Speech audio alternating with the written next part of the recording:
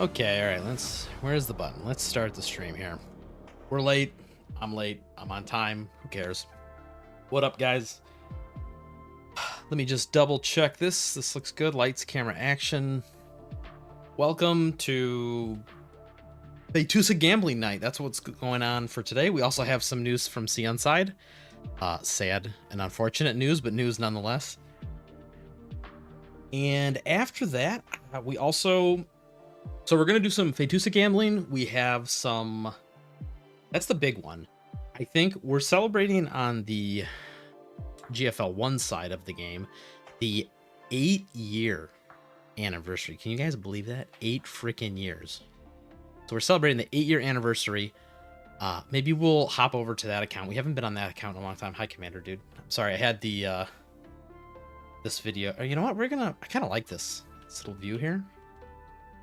Looks very astute. I'm in the commander's chair finally. Like, after months of this chair not being allowed to be sat in, we can finally sit in the chair again. So, but we're gonna leave him here because I want to move.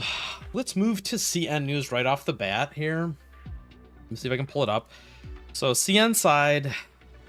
Oh my god, dude! Every time CN side they announced new character, it's not G41. It is a character. So let me see if I can pull it up. So we got a new character, Twelrod, which, to be fair, she's also been in NPC La La Land for, God, a long ass time. She was in the original trailer for the game, let's put it that way. And then I think she made an appearance as a character sprite before Vector, I think, even like before Vector's event. She was in Vector's event a lot, but I want to say even in, it was like Klukai's event. It's been a long time. That's all I remember. It's been a really long time. So, but anyway, she's next. Let's watch the video here. You know, don't ask me how long it took to find the JP dub version of this. God bless this Kaoju guy for uploading this video. Well, I guess I should, do we have English subtitles? It's not really important what she's saying. Can we auto-translate this? Ooh, does this even work? I know I'm talking over this.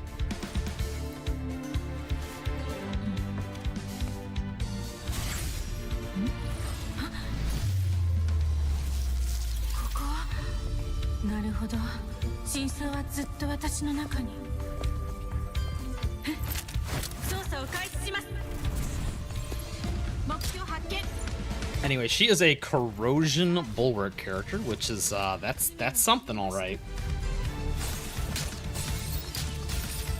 What if they're gonna show it here?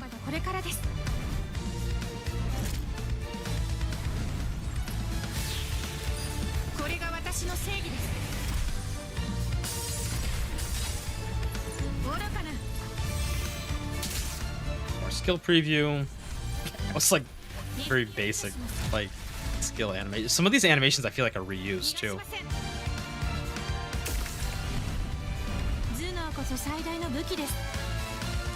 Yeah, okay. So these auto translations are pretty crap.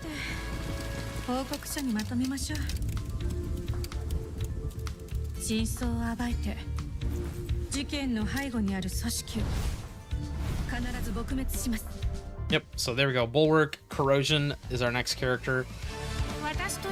Yeah.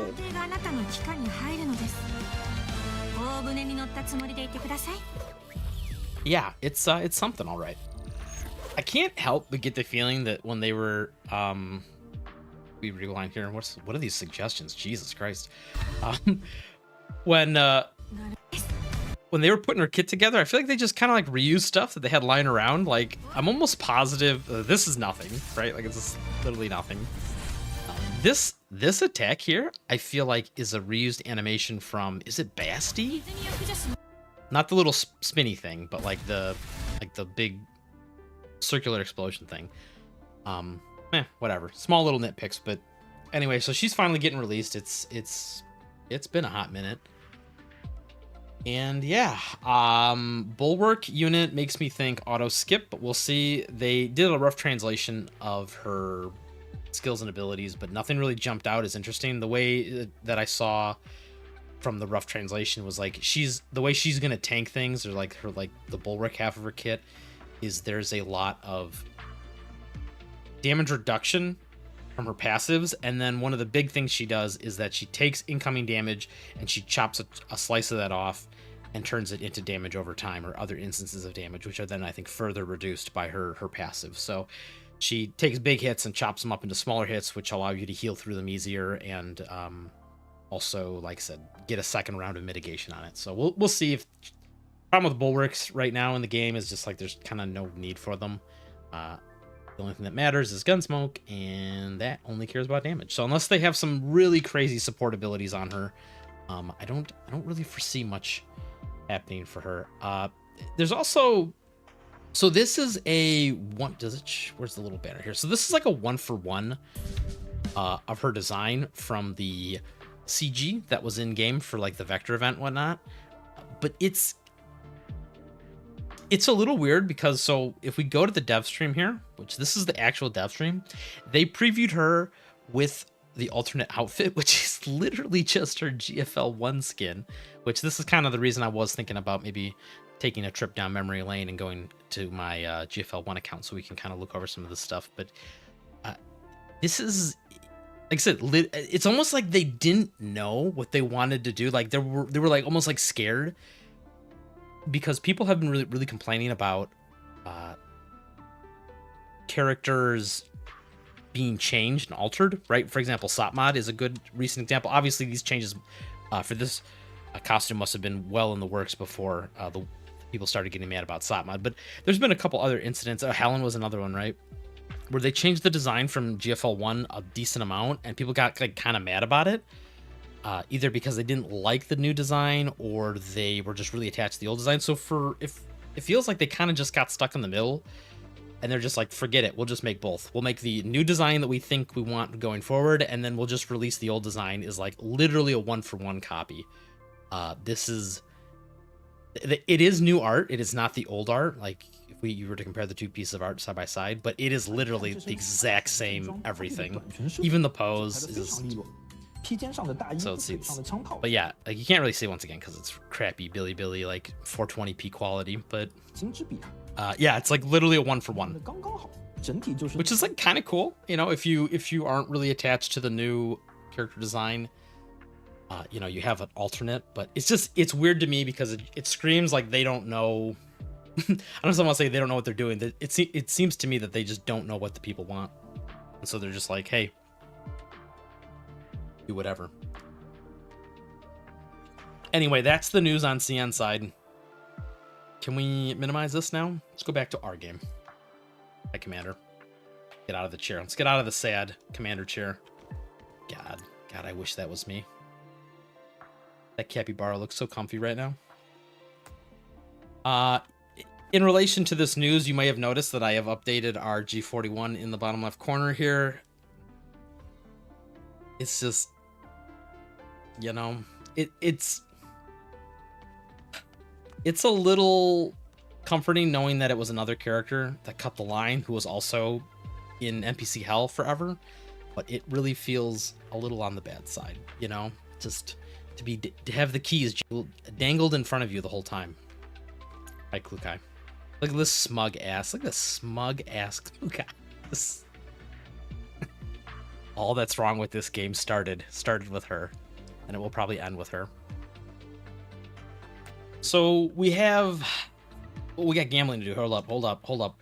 I did find those tickets, by the way. They were sitting in the mail. I had never collected them, so we have more than just one. We have quite a few to do. So we're gonna see if we can get lucky, and then we're gonna move on to Fetusa gambling, and then I don't know. We'll go down a trip down memory lane.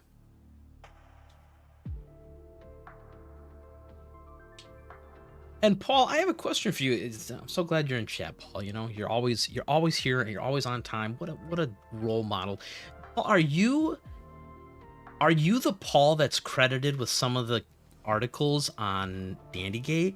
Because I was looking up some character info stuff and I see somebody named Paul on there. Is that you? Are you our mysterious guide writer on there, or article maintainer or whatever? We're gonna start first try, right? We're just gonna get one right here. Nope.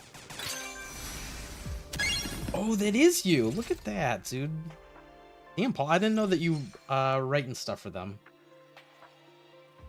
Is there, tell me about the process. Is there like a, do they, who's in charge of that website? Is it just like a random group of Discord people and then they just like kind of divvy up the work, or like how do you guys decide, you know, who does what for the website? Because I'm assuming you don't run the website, right? I'm assuming you're just an assistant, a helper.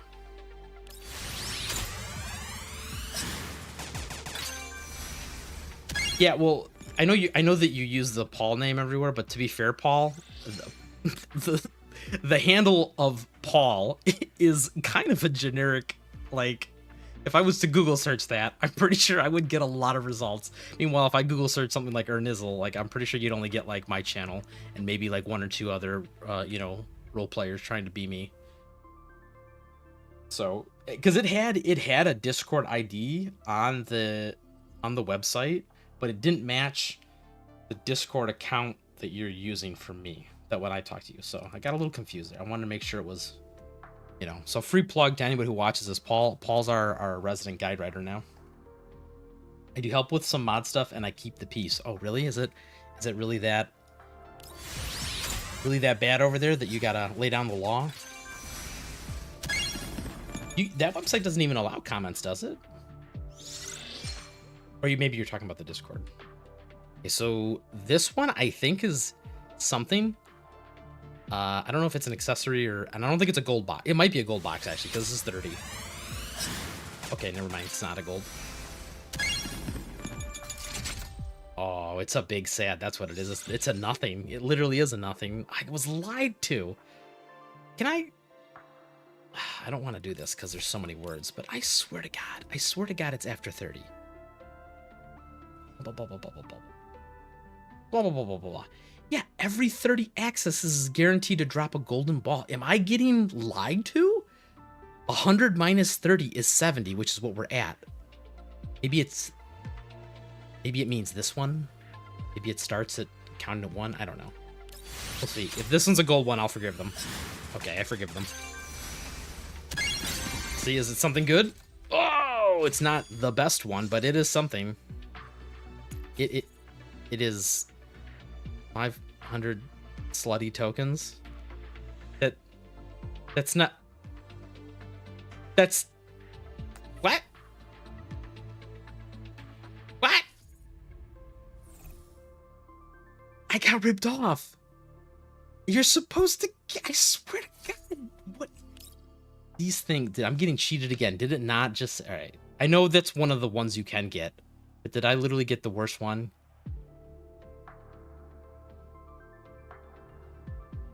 It could have been the outfit. It could have been the gift box. I don't know, dude. I give up. Whatever. Stream in shambles. All right, well, here, take this last one out of my fucking hand. I don't want to talk to this gambling machine anymore. Garbage, dude. Never ever get a costume early. Stream ruined. Gambling ruined. Okay, well, let's all go home. No slutty tempo for me. This is all. I don't know how it's your fault, but it's your fault somehow. I'm gonna go sit over here. I don't talk to anybody here. I'm gonna sit next to Voy Messina. I'm gonna be grunt mode over here. Can I? There we go. Hi, Voy Messina. So, Paul says basically people join the Discord, ask to do guide stuff, and they show some capacity to be literate, not illiterate. And then people can write stuff. I mostly keep peace on the Discord, which is usually pretty chill. Oh, dude. I'm gonna come in that Discord with a fake account and I'm gonna cause all sorts of ruckus. What up, Denzel? You're right on time. We're about to start gambling for I think we're going for segment 1 Fetusa tonight with maybe a weapon. We'll see how badly the Fetusa goes. You got a gold item. It was just something you already had. Oh, you're right. I bet you it was that stupid tube top. The sock or whatever it was. Ah, damn it. Right. It hurts. This is why I can't write guides, because I'm clearly not literate. I could never do guides for you. It was supposed to be the Chevy outfit, but it turned to tokens. Oh, you're You're right. It was either that or the tube top, one of the two. But you're right. I'm okay with that. I was just hoping that maybe we could, you know, double down on the luck. So let's start the real gambling for tonight, and then I don't know what except maybe we'll do some GFL1 nostalgia. It was a box for... Yeah, that's what I thought, Josco. Like, I got a little confused because I saw the little box. I'm like, wait, is this an actual outfit? But that makes sense. If it was the Dushavia outfit, yeah, then it would have just got converted into Sadman tokens. We have the Discord is fun. We have a place to post pet pictures. Yes or no? What kind of pets are we talking about here? Cats and dogs? Because that's boring. You guys got some... There's always that one guy with the exotic pet. I'm sure there's somebody who's got like a Komodo dragon or like a lizard, like a... What do they call them? What do they call those? Like spiky lizards or the bearded lizards? I don't know. I want to see some cool stuff like that.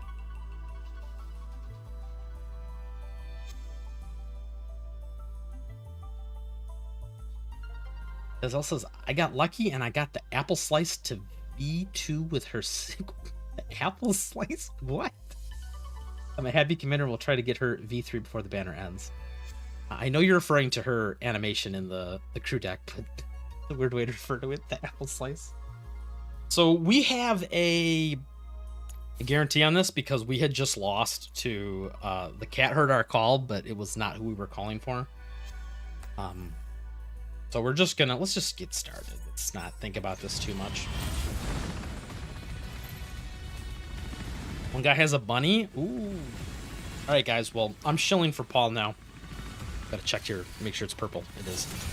I'm gonna shill for Paul, and you guys should join the Dandy Gate Discord. It's a cool looking sword, even for the basic version.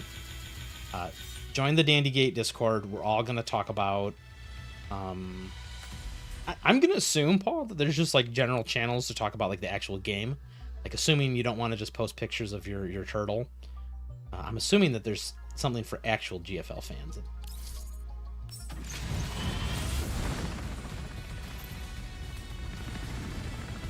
Time to get hyped for V3 Feet USA. Feet USA.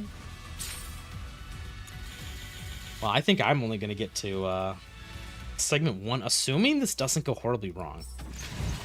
Which, I think the last couple have not been great.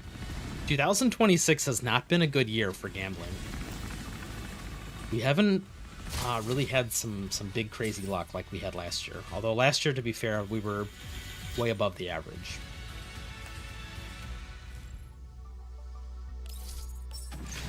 Not quite at soft pity yet. Big damage. Yeah, dude, I've been really hyped for this character.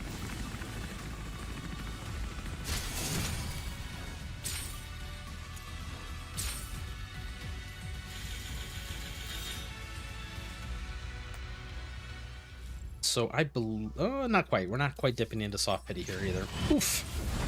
Oof.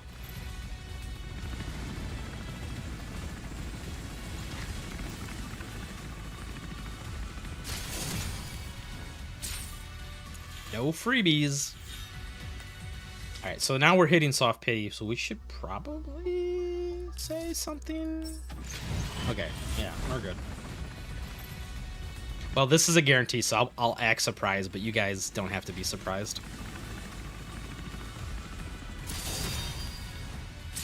Who could it be?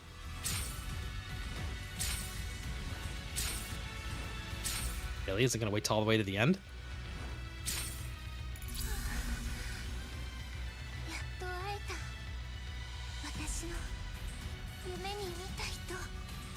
Oh my god!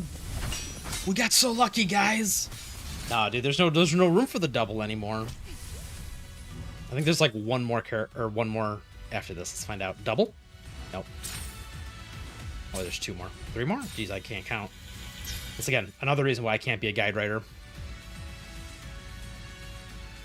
That's why I like to post my videos on YouTube, because there's no one to fact check and critique my post before it goes up. Once it's up, it's live, dude. It's too late to change it. You know, on an article or like on a website, you know, somebody would proofread it. Hopefully somebody would proofread it before they post it. So, you know, then I'd have a chance to get shut down. So This works out a lot better for me. This way I can just kind of, you know, be like a wild cannon. If I want to just say stuff, it's too late. It's already posted. People are already watching it. General chat, a CN general chat. Like I said, I'm assuming. So I'm assuming you could obviously ask questions about the game in general chat, but is there a good theory crafting channel? Am I selling myself on this Discord? Am I gonna join yet another suspicious Discord? Paul says that you could borrow mine, but nothing in the general content would live long enough. Yes, that has been, I've been putting in the survey for a long time now, that they need to make a target dummy that doesn't have an element restriction on it, and they need you to be able to borrow units for the target dummy.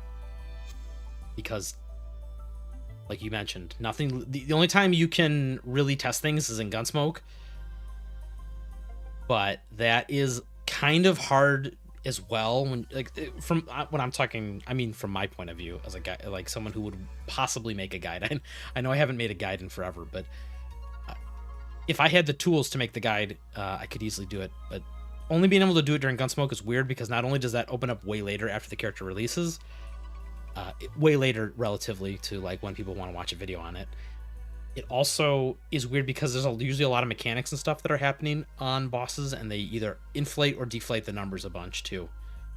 So it gets kind of spicy. No cats heard my call, but I mean, now we're starting over from scratch, so we're going to try go for Fortification Segment 1, and we're going to hope that it doesn't go horribly wrong. People do ask theory crafting questions in general. Nice, maybe I should be part of that crowd.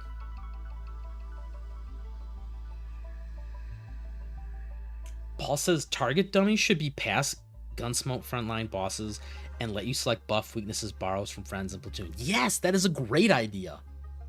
It's so obvious now that you've said it, because they never reuse the bosses anyway. Oh. Paul, can you call up Yuzhong?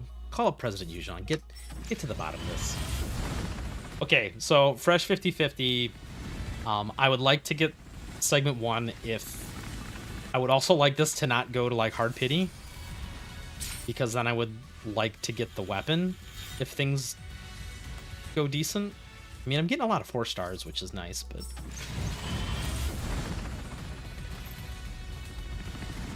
if only they listen to me. Yeah, you and me both, bro. Can I please get a gold?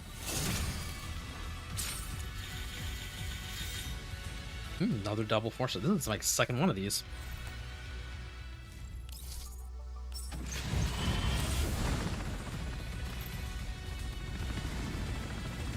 Just gotta, at the very least, win the 50-50.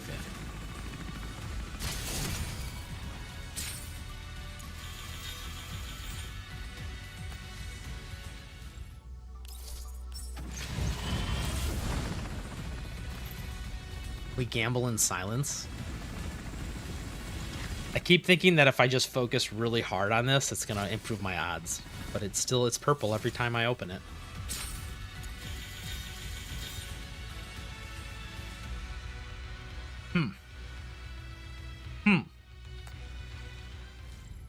Okay. Well, halfway there.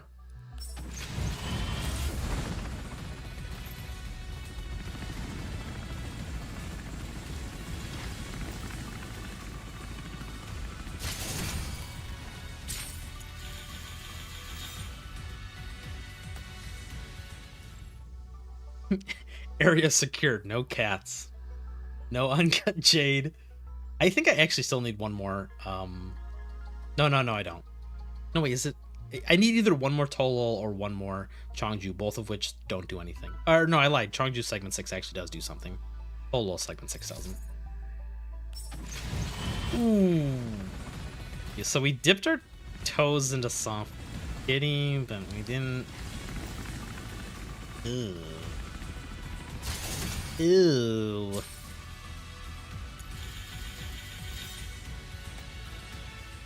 Yikes. Okay. All right, guys. Hope, thoughts and prayers, hope and love.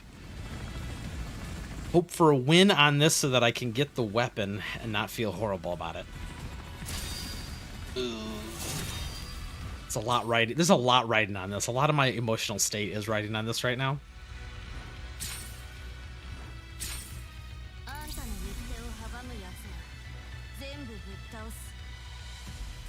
I'm dying.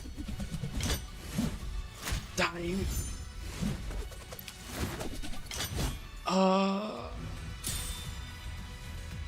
mean, I didn't have Faye maxed out, so like that's kind of cool.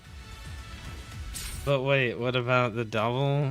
It's we could get the double still. It's still possible. Oh. Okay, well.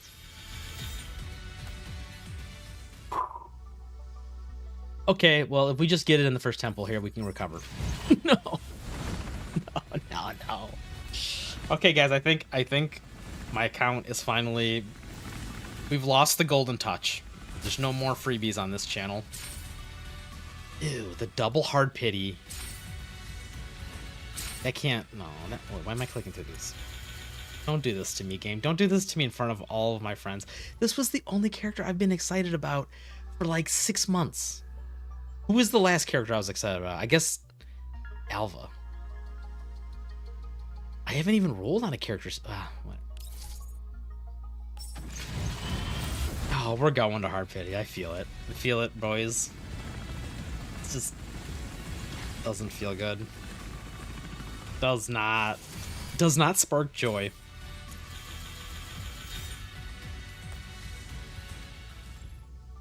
We got it right here, which we did not. That could have softened the blow a little bit.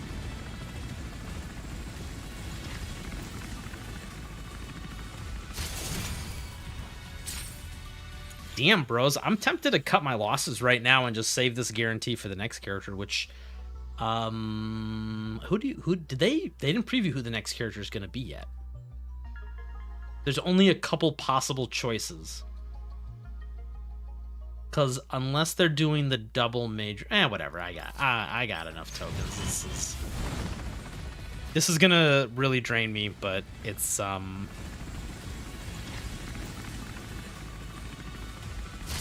you know, it's not the end of the world.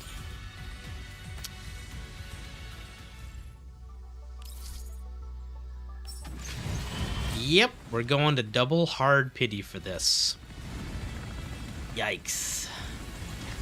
Yeah, so if they do a major following this Mixa, which is the part I'm not so sure about, right? Because we haven't had a double like major back-to-back yet, but I think we're kind of be forced to do that pretty quick here because we're running out of things we can slap in between without like really getting things goofy.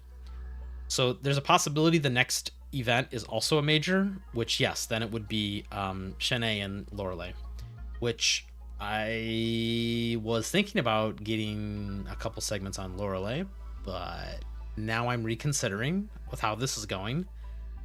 And Shanae, I'm probably just gonna get like the base version. Not really crazy about her. She's good, but I'm just, you know, I'm not really a fan.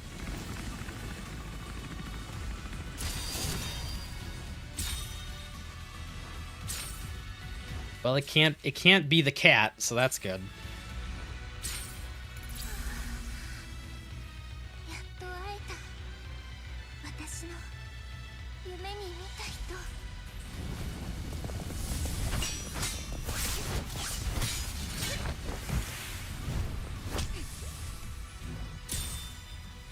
Well, we did it.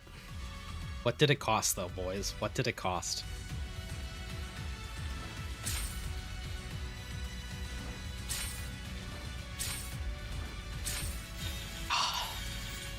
I was hoping. It was like a glimmer of hope. I'm like, can we fix this with a double?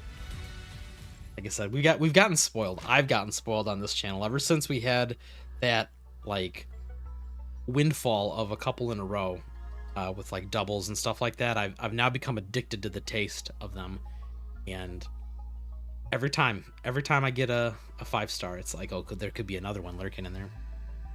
This is, I don't know about this, guys. That was rough. That was exactly what I was hoping wouldn't happen. I did not want to go to double hard pity for that. And now Do I want this sword? I have Ulrid's sword, but Ulrid's sword doesn't work great on her. And it's such a cool looking sword too.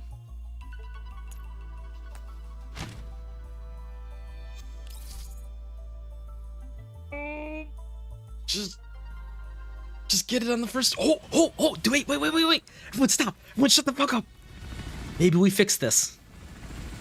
We might have just fixed this. Can you... Thoughts and prayers?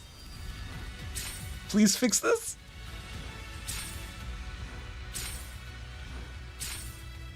Where is it?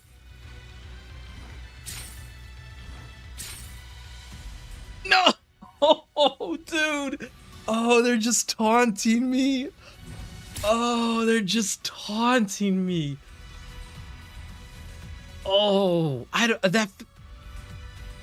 Is that better or worse than just... Oh, that... Oh, no, not like this. Not like this. Would you believe it? I've been playing this game for a year and a half and I didn't have a Mezzaluna? Oh.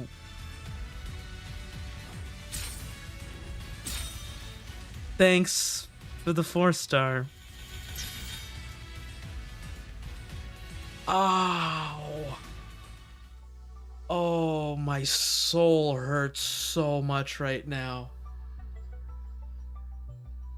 Double hard pity on the segments and hard pity. Well, not hard pity, but a loss on the weapon. Oh. What are we down to now? I was at 700-ish before we started this. Like, total between these ones. And I guess I didn't calculate.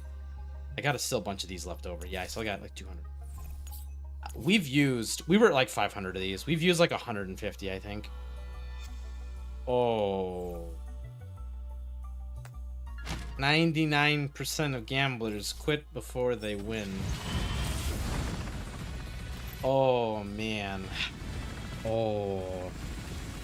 I mean, I knew this would happen one day. I like to space these losses out. Usually that's what I've been doing, right? I'll roll on like a character I don't really care about, like Sakura or Helena, and if we get a loss, I just like, all right, well, whatever. We'll just take it to the next character. But why did it have to be on a character I was excited about? You know, it really just hampers it.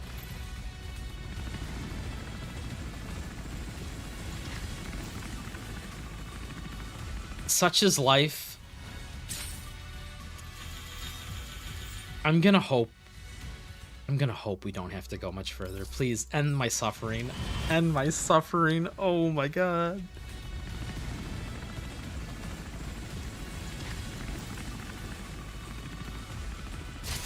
If it makes me feel better. I don't think whatever you're about to tell me is gonna make me feel better. You also lost on the weapon. Well, suffering does love company. Oh, we are going all the way. Oh my god.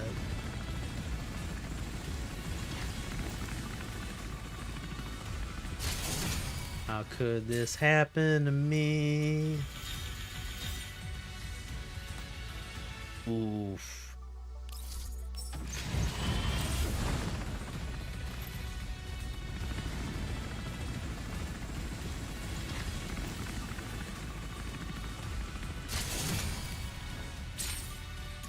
I don't suppose it's not too late to get a refund, right? Wow. I know we had 80,000 tickets going into this stream. We do not have 80,000 anymore. Ouch.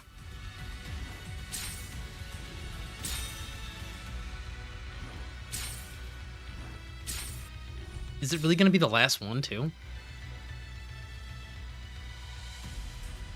Not quite the last one. I mean, it looks shiny. It looks pretty. Oh, I hope not a double on this. I don't want doubles on the weapons. No, I think we're past the double cope. I think the coping with the double weapons or the double anything at this point is... Ouch. Ouch. Because I had 80,000 going into this. So that means I spent about 250, 280 pulls on this. Oh.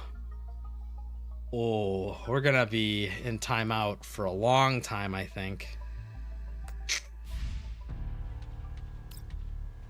Ouch. Ouch. Well, we can do this. Oh, I scrolled right past it. I forget they put the new ones at the very beginning.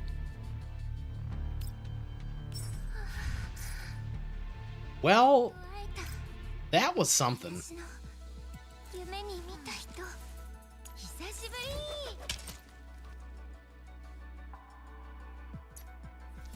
Can you guys tell me a joke to cheer me up? The good news, there is one piece of good news with this disaster, is that I was able to farm a whole set of, well, I could use this too, but I was able to farm a whole set of the blade stuff, 2 sets actually, of the blade for her. See, I got another one. I think I even have like almost a 3rd set of it, but I got one there. Got this one here, and I think we got. I think this one's better. And then obviously I have one for Ulrid that's all calibrated up. So at the very least, the attachment situation's not so bad. Everything else did not go good though.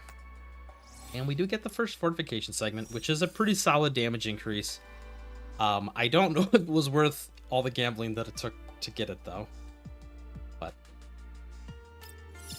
there was an alternate timeline where we did so crazy on these first couple pulls that I decided to go real deep, maybe 3 or 6, but that didn't happen. I mean, I could still technically do it, but I don't know if it would feel good at all, even if I started winning. This one is like a pretty good segment. It's just, you know, we live in a world where it's like, if you're going for 3, you might as well go for 6. And it's like, because this lets her double alt, or like use the synchronicity, like double alt thing more than once per battle, which is pretty awesome. Like that's kind of one of her big things. So it's cool. You get like double burst damage out of her, but like I said, you come this far, you're like, well, I'm only a couple segments away from going all the way up to 6, and it's like, you just keep digging yourself deeper into the hole. All right, let's level her up. Guys, I need you to console me.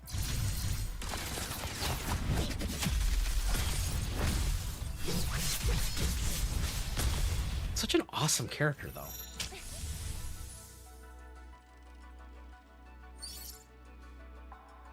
Damn, I got a lot of these green ones. Oh my god.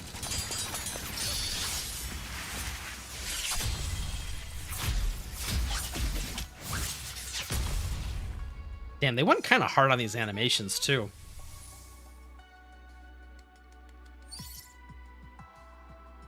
Thank you, Paul. Thank you for saying something nice. At least she's still very good at segment 1. Yeah, she definitely is rock solid.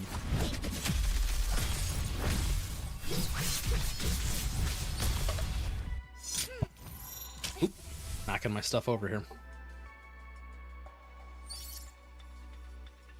Why do I have so many of these? I don't know. Oh, you know what? Because I probably get them from one of the daily missions. That's right.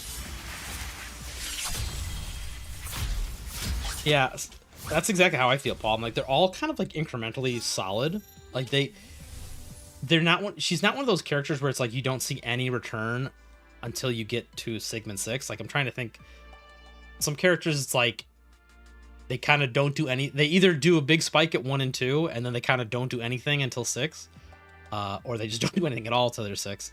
But she definitely has like a lot of good segments along the way. It's just that, like I said, because of the way the game like releases characters, like the next character is always stronger and stuff. It's like you really want your segment 6s to last, and an incremental upgrade along the way is solid. But like, to me, it's like you just get back to that problem of like, if you're not first, you're last, and if you're not going to get segment 6, like, you know, why get a couple different segment 3s when a segment 6 will outperform 3 segment 3s, you know? 3 and 5. I don't remember what 5 is off the top of my head. Let's take a look here. having so much fun watching these cool animations. What is 5? Because yeah, 3 is the one that lets you double alt or double. Oops, wrong one. Oh, support action goes from 90 to 120, and then she gets. This is pointless. It gets cool, but it doesn't do anything. Because she gets 3 support actions a turn, so this is essentially like another 90% attack. I mean, that's not exactly how you calculate it, but, you know, rough idea. Does it do anything? Yeah, I guess not. X mobility is silly, but you can use support. Yeah, I almost wish this was get one more support action, although I don't think it would change anything on her rotation. I think it would just make it nicer to pair with other. No, actually, no. I like it this way because this way you don't have to worry about proccing more attacks, right? Because if you have 4 support attacks, then you really do have to kind of run segments of Klukai, which, like, let's be honest, you're gonna run segments of Klukai anyway. But because otherwise the other corrosion units can't reliably proc that many times.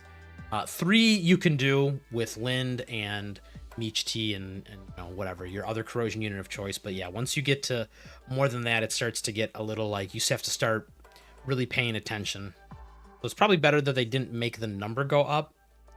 Probably better they just made the damage go up.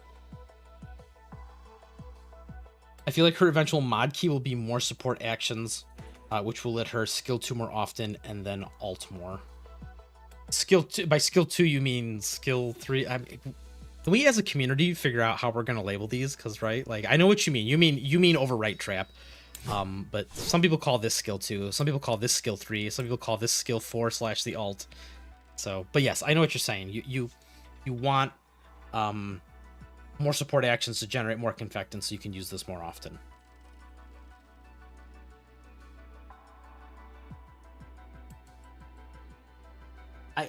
There's a lot of things you could do for a key. I'm just like quickly thinking over it in my head. There's a couple different things. That wouldn't be the worst, but it would lead back to that problem I was talking about where you have to have more people proc them, which for her, I think it's only AoE damage, right?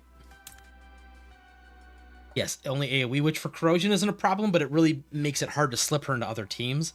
So maybe keeping the number of procs the same, maybe a key that just lowers the number of confectants you need. Or maybe gives you 2 confectants per support attack instead of 1, right? Because that would effectively have the cost of this. You'd still have to do 3 support attacks every single turn, but now you would get 6 confectants, so you could actually do this every single turn. That makes sense. That would actually be too good. That might be too good if you could overwrite trap every single turn, then alt right after. But anyway, you get the ideas. You could play around with it a couple different ways. It's okay. I'm sure she's gonna get a key like Nemesis. Did Nemesis even ever get the key on our server? I don't think she ever did she?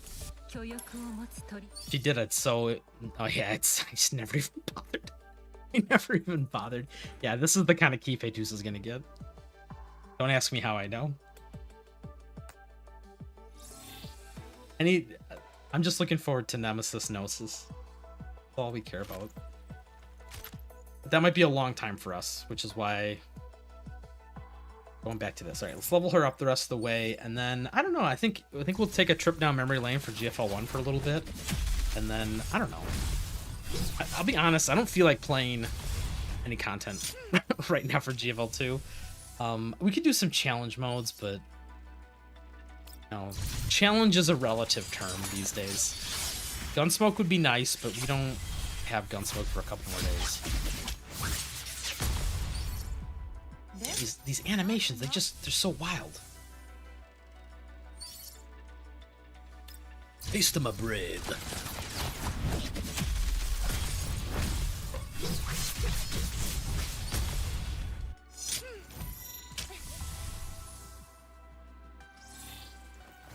Like I said, there's part of me that says you should make a guide for this boss, and then the other part of me says I don't make guides anymore.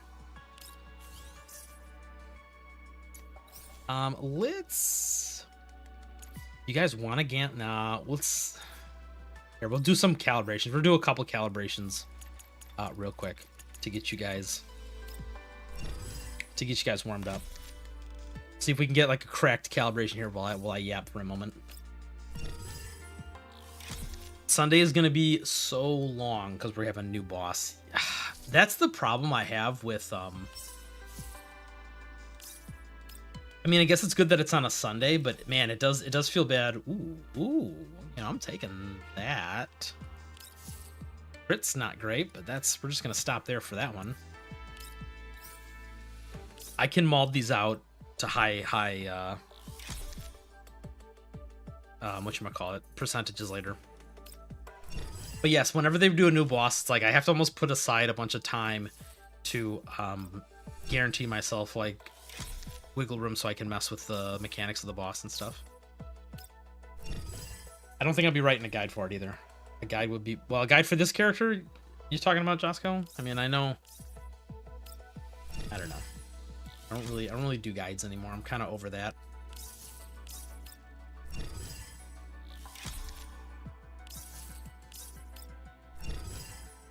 Probably test every element to see what works. Ooh, hello. Nice calibration. Hello. Are we speedrunning the calibrations on this thing? Damn. Can't win a 50-50 to save our life, but we can get the calibrations, no problem. Yeah, do you know, Paul, because they didn't do a preview stream or, you know, for the boss. The last Balin broadcast was, you know, pre the major event, so did they show what elements it's going to be weak to? I mean, I'm going to guess it's ice and corrosion, but I'm not positive. Those might just be the seasonal buffs, right? Corrosion and ice, like, get the 30% crit and damage. You know what? Why am I saying this? You know, I don't know if you guys knew this, but did you know that there's a website where you can go and view all the upcoming stuff? Yeah, I know, it's crazy. It's called dandygate.net. So if you go to this website called dandygate.net, and at the top you can go to Gunsmoke, and there's a thing that tells you all the different stuff. So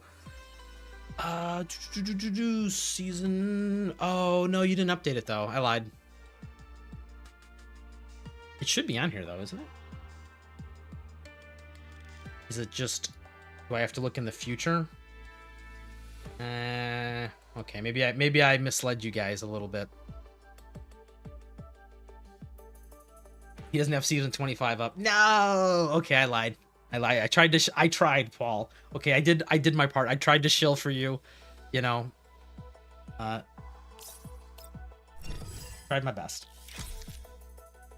But yes, it's the Stompy robot with the swords. Don't ask me what he does other than that, though. I forgot already.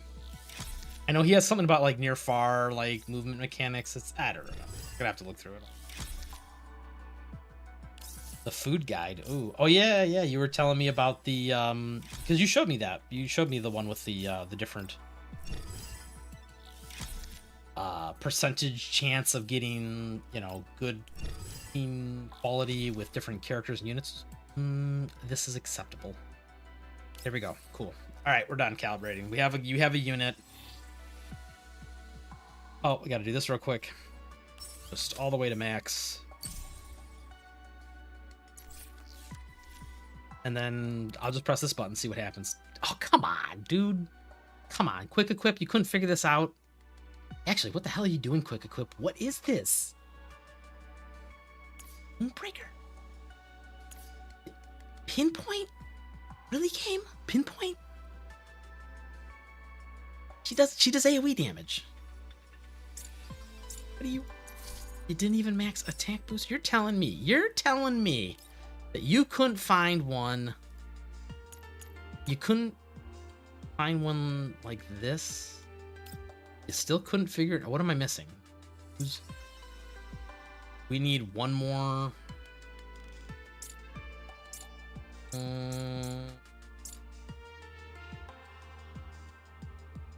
Can we switch Thronebreaker for something not cringe? Yeah, see how hard was that? Like, literally took me 2 seconds. I'm sure there's a better one. Yay, Electric, Lone Rider, Life Recovery, Boss Counter, Hydro Unity. Lextelionus. This one's probably a teeny tiny bit better than life. We'll just use this one. But really, I'm surprised the auto-equip button could not figure this out. Once again, ChatGPT failing us live on camera. I'll go and min-max this later because she's a unit that I would actually waste my time min-maxing this for. Oh, that's right. We got to do... Ah, man, dude. It's been so long since I actually got a new character and, like, decided to use her that I forgot all the buttons you got to press.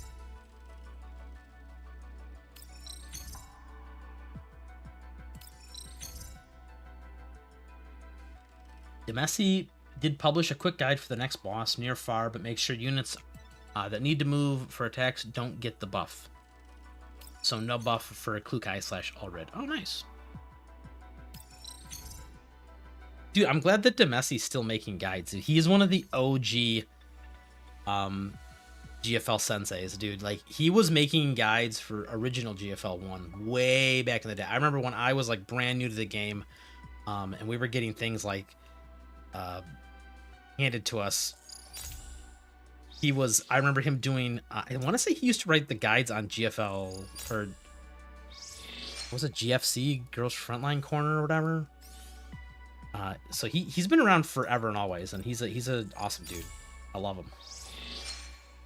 Maybe I'm gonna come to the Discord just so I can tell him that I'm his #1 fan. God bless him for still being around.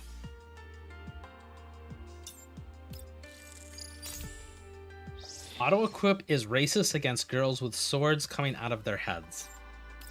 That's a very specific group to be racist against. What's the consensus on the sword coming out of her head? Is that a cool thing or kind of a weird thing? Can I get chat's opinion on this accessory? This I don't even know what you'd call this, right? Like, I mean, it's supposed to be an Oni horn. I think that's the theme, right? They're going for the Japanese Oni. Oh, she touches it. Whoa, calm down. Why did she touch it like that? It's so weird. Do it again. Do it again. Do it again. Do it again. She touches the non-sharp side. That would have gotten real bad. But, you know, I'm cool with it. I almost wish to, you know, I feel like if you're gonna do the sword horn, you should have gone double horns, right? I feel like that would have been cooler, the double horn versus the single horn. But that's just my opinion. Either go all in on the horns or, you know, don't do it at all. I was really hyped when she originally came out because of, you can't really see it because I can't change the camera angle too much. Can I actually zoom out? And not really. But anyway, she's got the Sangus Fairy logo on her. So she was the first sign of the cope of Sangus Fairy units being added to the game. And like a certain other character in the corner of my screen right now, they just kind of forgot about that. They decided, like, we're gonna add oh, dude, they do that so much now. Now that I think about it, because I also just had flashbacks to the PNC collab. Maybe we'll ever get, maybe one day they're just gonna go wild and they're just gonna be like, you know what, we're releasing 4 units at once, and it's gonna be 2 from PNC, Sangus Fairy, and Tarius. Why not? Let's just go crazy.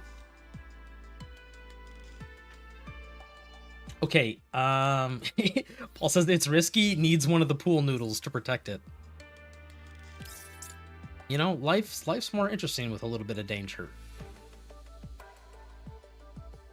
This is fine. I'm trying to see if these are traps. No, that one's right. I think these are fine. Yeah, that one's pointless, and pointless. Okay. She is one of those ones with like 3 pretty decent keys, and then I mean these aren't pointless, right? Like this one's specifically fine in like a weird scenario, right? This is meant for like other game modes, not Gunsmoke Frontline.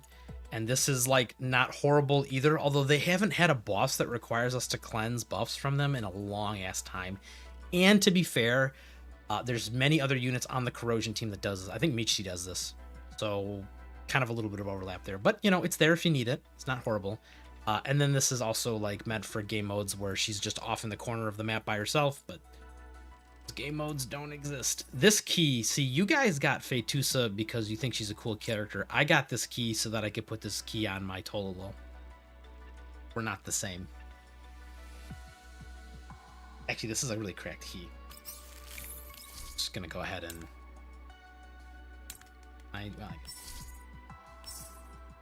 one at a time. This key is really solid. I wish it was the opposite for Lind. Like, I wish it worked the opposite way. I wish it was once you hit max confectants, but look, he's got so many resources just hoarded like a dragon. Here we go. That is a good key. That is straight up good. Like I said, Tolo right off the bat. This is such a cracked key for her.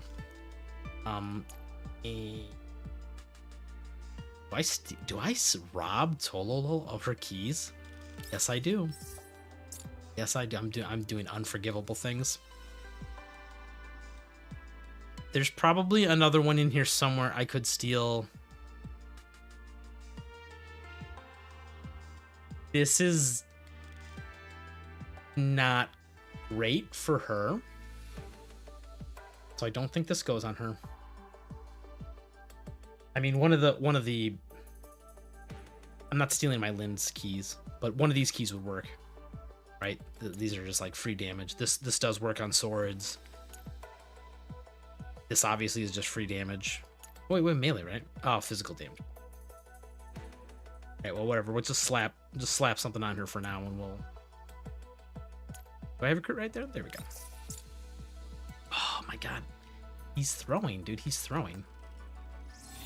Where's the dorm? She looks so comfy.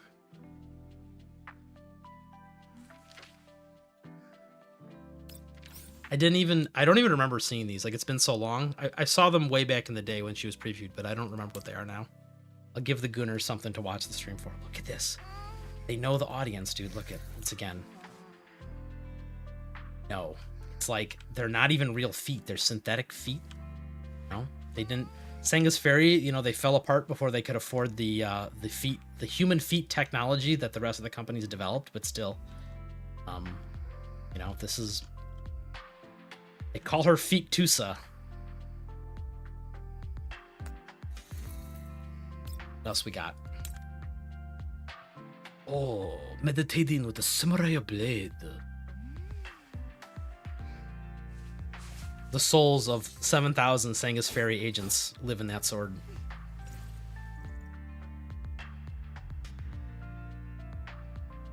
I'm excited to go to the GFL1 throwback in a minute here, because I'm trying to think if there was anybody from SF who used a sword besides the Executioner had that really weird scythe thing. We're gonna find out. Remind me when we get to the GFL1 if we can track down to see if there's any SF units with a sword. East of my bread. The Fetusa thinking about, I guess thinking about the sword. Zoning out. Such a sick animation. Okay, let's get back to what we're doing. Where is...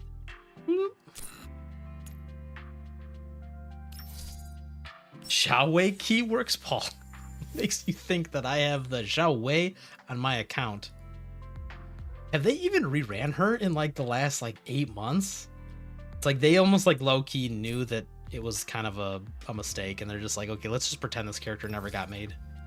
Which is kind of a shame, because I know that they've gone back and forth in the past about do people like do the fans, the real fans, do the real fans want new characters, or do they want to just relive the GFL1 glory days indefinitely?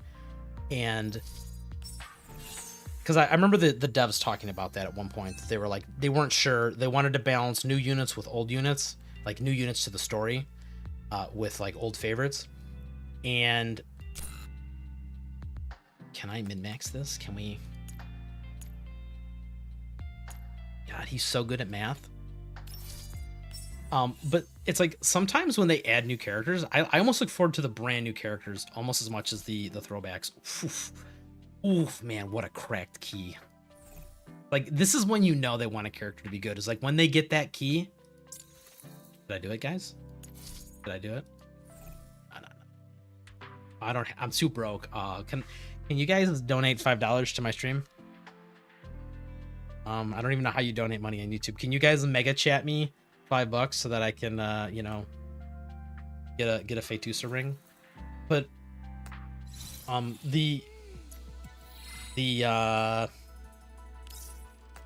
I think some of the new characters are just as cool, if not as likable as old units. Like, so what do we got? We got Ulrid, awesome character. These are all returning characters, all returning. Who else is new? Nemesis, obviously. Well, the Elmo crew is all new, so we're just gonna skip them.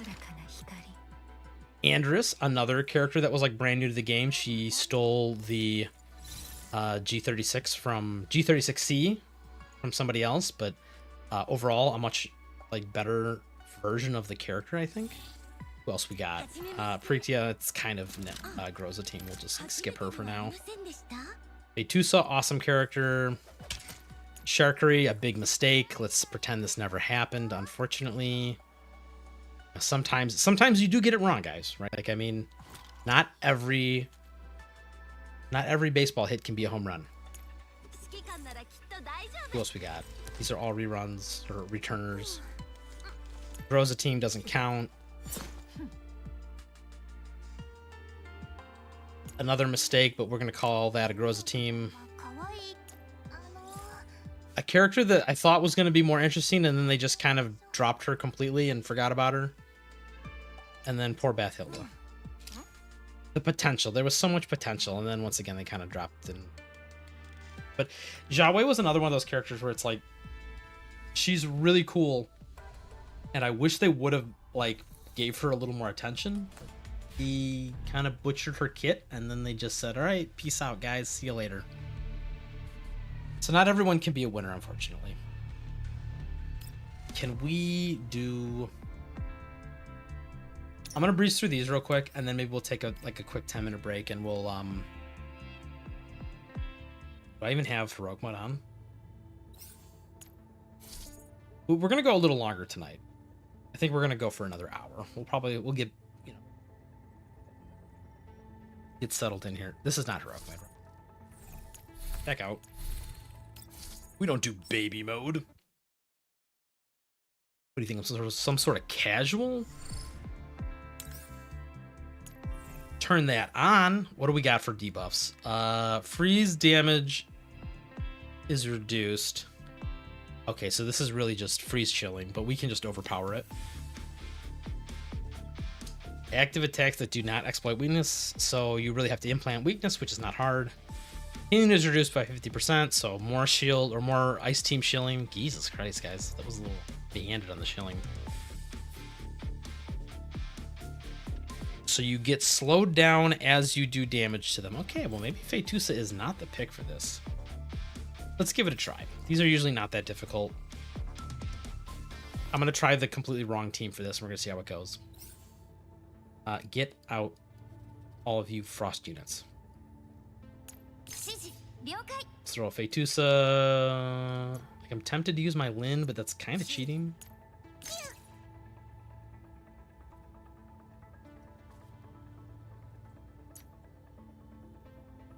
Do I use one frost unit? Who else can we pair? Because I know if I take my Lind, it's just gonna, everything's just gonna explode and die.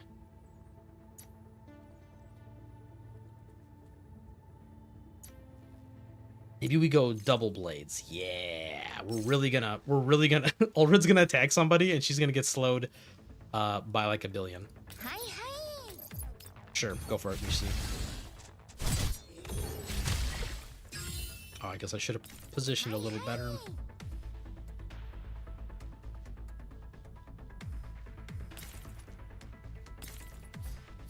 The range on this? This does not go up and down elevations.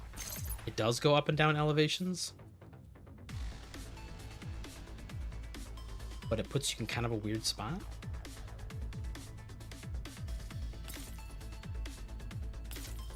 Here's the answer.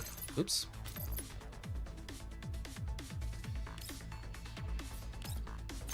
We're just gonna kill everything. Easy. Just have to believe. Here we go. We're gonna have Klukai go. Klukai is gonna only hit that guy, I guess. Alright, well. Maybe I miss. Oh, no, no, no, no, no, no, no. We're fixing it. Surf's up, bro.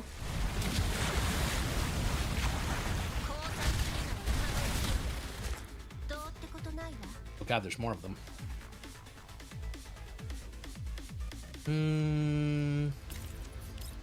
Yeah, we can't hit both of them.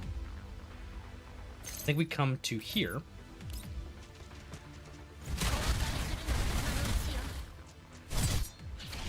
Oh good, he did die. Yeah, we'll just hang out here. And then Ulrid, can you even get to him? Not really. We could ult, but this will not kill him. Whatever.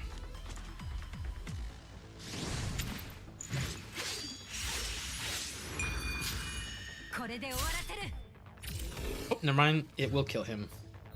Ulrid's a lot better than I thought she was. Okay, let's...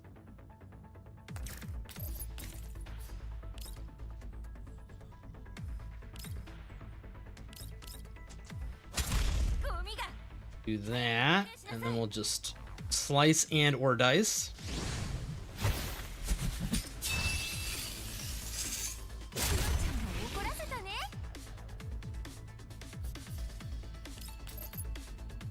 Yeah, I think we just do that.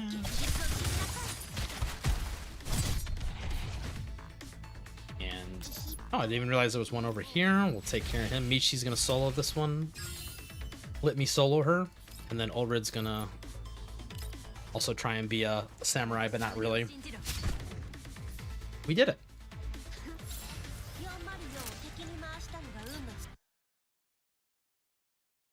Yeah, I'm gonna be real. For challenge modes that just, you know, not really challenging enough. The fact I can come up here with some jank ass teams like this and still kill everything is, you know, it's a choice. It's a game design decision. Who else can we add? Let's spice this up.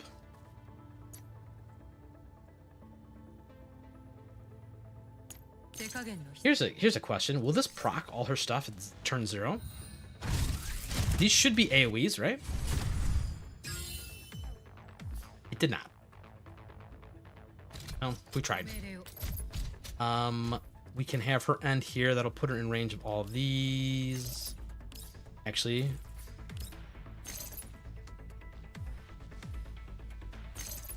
it's right here. And then we come like this. This should be an AoE attack. Yep, so this should... I think we do it here. It should kill them.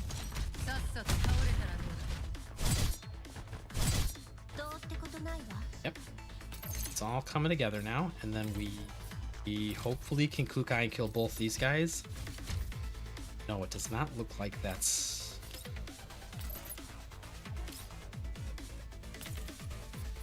Can we hit this guy? Alright, let's just stay on this side then. They will die. I don't think they're gonna die to Klukai's, it won't, yeah, it won't count for her, so that won't actually work.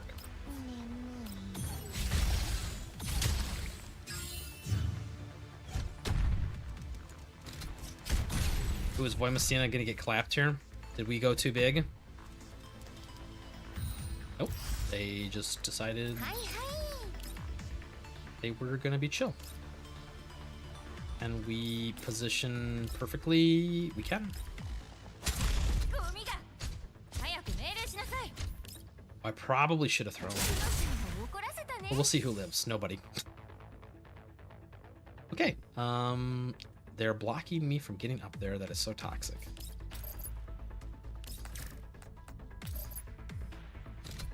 I want to kill this guy. Also want to throw goop at them. Yeah, let's do that. Just need to kill one of them. This should cause the chain reaction to go crazy. Get splashed on. Oh, that was the animation. I don't know if you guys... So back earlier in the stream when I was saying they reused Wellrod's animation. Next time that explosion goes off, pay attention to the actual spherical object that explodes. Is literally just a blue version of the one they used for Wellrod's. I know that's a really small thing to nitpick. PvA was legit pretty hard this week at 40-40. Well, I mean, they are supposed to be hard at 40. I don't think I've had to even try at the 18 level forever. Since I think the very first one came out, I think I had to put a little bit of brain power into getting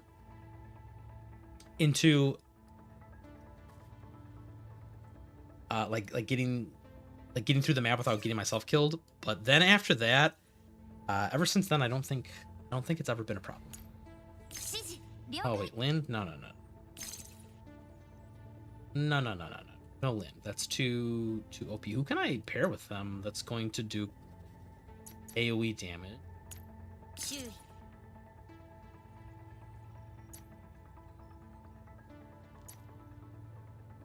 Might actually need... You know what? Let's try. I'm actually going to cheat a little. Not cheat. It's...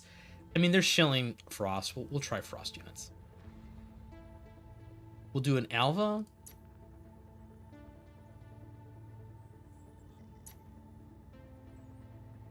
I don't know. Older kind of worked out pretty well. Let's do this. Blue balls. Who's got the blue balls? Oh, you're talking about the explosions? Let's see here. I mean, she's just gonna kill these two when she goes, though. Probably. Let's see, what's this look like? This will kill them all, but I... you know what? Here, I know how to fix this.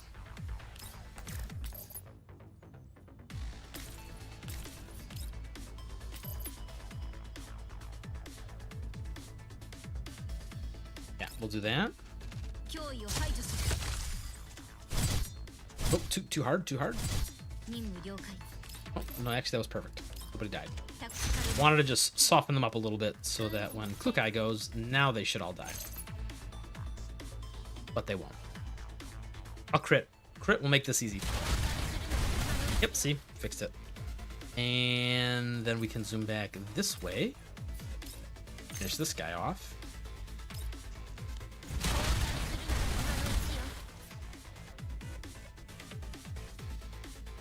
I think we'll just keep her... Yeah, we'll keep her right there. Michiti, you can kill this last guy.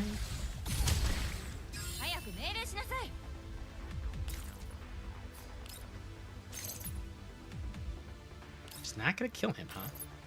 Oh no, Ulrid's out of range. Oh no.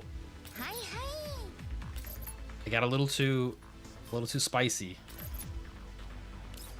And no. Oh no, it's a disaster. Noob alert. Noob alert, he doesn't know how to play the game.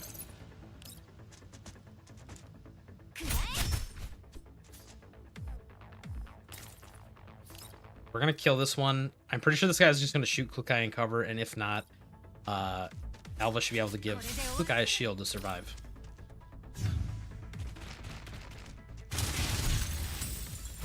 There we go. See? Easy. Here, let's get the blue goop. Pay attention. Can I slow this down? I want you guys to see the blue goop, the blue balls.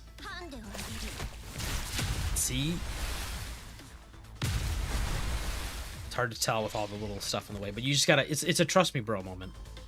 Okay, let's have Ulrid come to right here so she can just choose her flavor of who she's gonna kill. Fetusa can only ever hit 2 targets. Maybe she hangs out here with Michiti and Lukai. Yep. HC goes. We'll have Alva help up here somewhere. That's the plan. Oh, if I was smart, I would have redeployed the thing, but I'm not smart. Don't kill it. That one you can kill.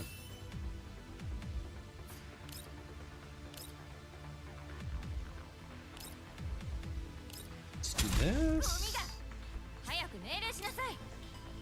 That. Then we'll do one. Is Ulrich just gonna myrtleize this person? I think she is.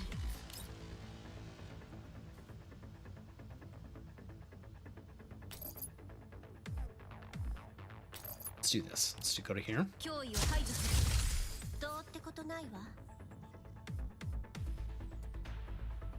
And we get some free procs off on this guy.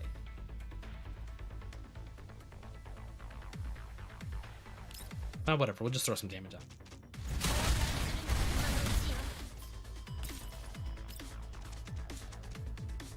Alva will probably kill these guys when they go to take their turn, so I think Ulrich's just gonna go Unga Bunga.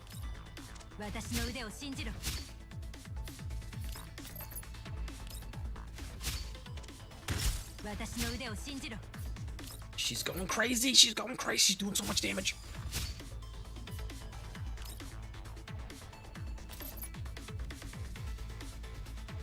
Sure.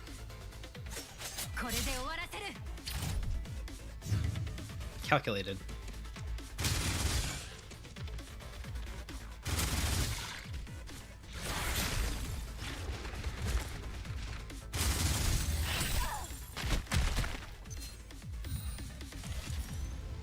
Okay. You help.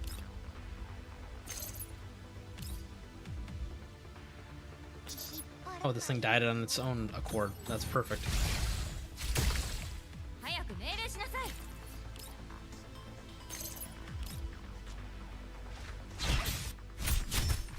We did it.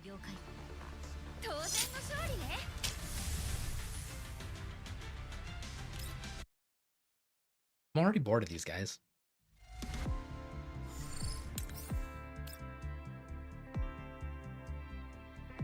Let's just breeze through this for a moment. Oh, don't tell me. They spread them all out across the map. Oh my. He's using stupid teams and they're not letting me do stupid things. Okay. Well, let's just do it. We'll just do it.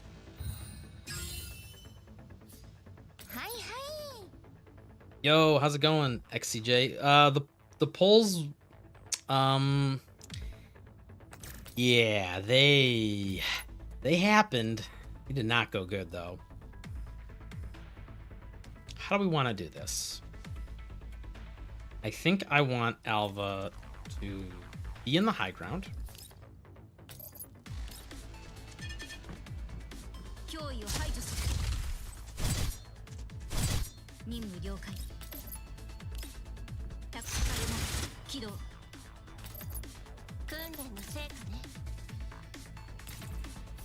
Will this kill them? Will not. I want them dead so that when Michti goes. I kind of played myself, didn't I? No, I could get to here. These ignore cover. They don't ignore cover, I forgot. But they'll kill them anyway. Here. Should kill him, despite what the game is telling me. Yep. And then can we come to here and be a... not a samurai, but like something equally as cool. Let's do that. I want to brag a bit. Yesterday, I got 2 double pulls of Fetusa immediately to segment for you, Luxac. Congratulations. I'm so jealous of you. Were you trying to get her to 6, or were you just, you know, casually doing? You're like, well, I got to 2. I guess I'll go to 3, and then you're like, no, I guess I'll go to 4 instead. Only the realest commanders get double pulls. I plan to build a freeze team too. How much segments do I need for Alva Sapo? So for the future freeze team is kind of, and it's always so hard with the crystal ball because it's like I know what we're gonna get in the future, and it's like, do you give advice on what we're doing now, or do you give advice on the future? Oh, you plan to segment 3 for Fate 2? So like I said, now you're just a couple away from segment 6, so you know, now you're gonna have that looming over your head, but you know, you could always just grab around the rerun if you wanted to. But so yes, for Alva and Satmod, they pair very well together. In the future, you probably can just run them base. Trying to think if there's any big considerations.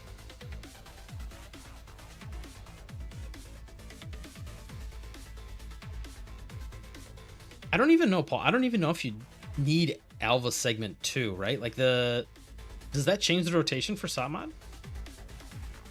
Or anybody else in the team, really?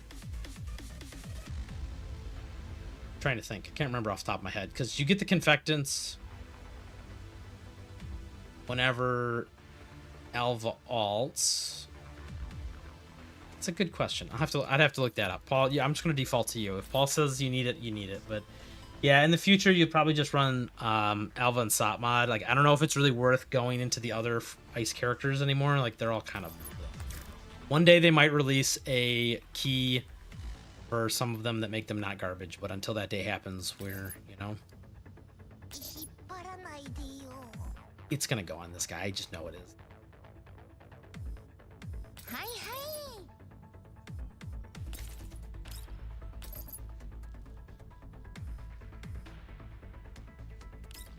I think we're just gonna leave this elite guy alive for a turn.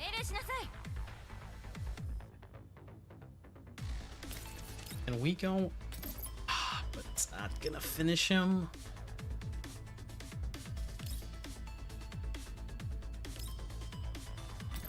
Let's do this.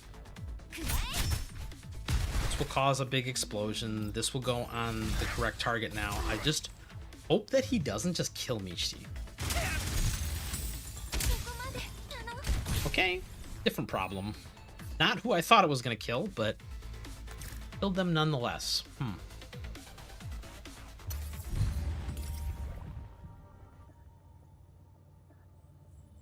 Damn, homie's got hands. The Alva shield was not enough. We have to change the whole strategy to adapt to this. That's gonna happen to Michi too, isn't it? Michi's got a little more health.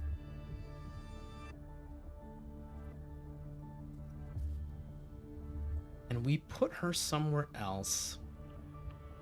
Let's try this. What if we come to here? Can we get to a safer spot? Okay, let's try this. Let's see if this works. This actually might kill both of them too.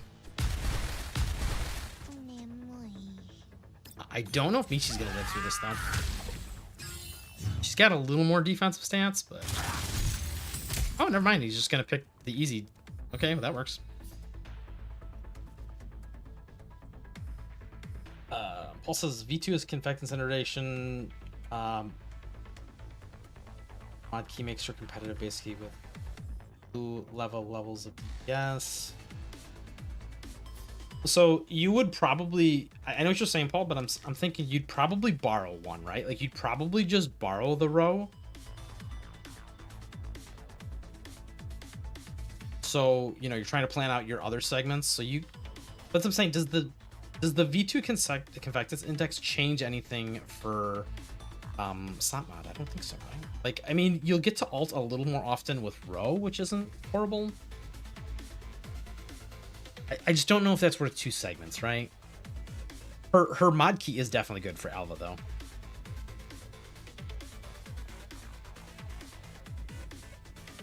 Yeah. Oh, that's right. I forgot. You also have to consider... Well, you're right. You probably wouldn't buy... You wouldn't borrow the...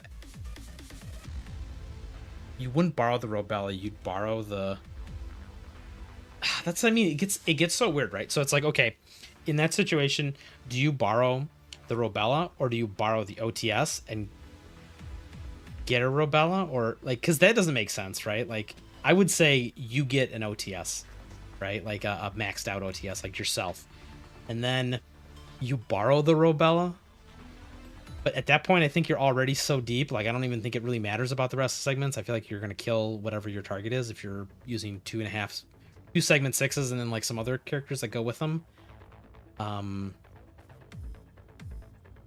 Because the other option is, yeah, you borrow the OTS and then you get the Robella yourself. But I don't know. That's yeah, I know. I mean, it gets weird. It's like, this is kind of the same problem I have currently with Klukai. It's like, I don't need to get a Klukai myself because I just borrow one whenever I need it. But that's also kind of weird. Play while I talk.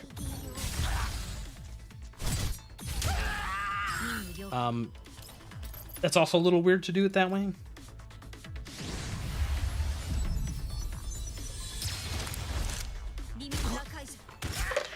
This is also assuming that CJ even cares about Gunsmoke, right? Which I'm assuming you do. Like, what else are you gonna care about? I mean, I guess you could. There's also a couple other game modes coming in the future, right? Like, there's the tower climb if you're into that. Can we kill him this turn? That would be nice.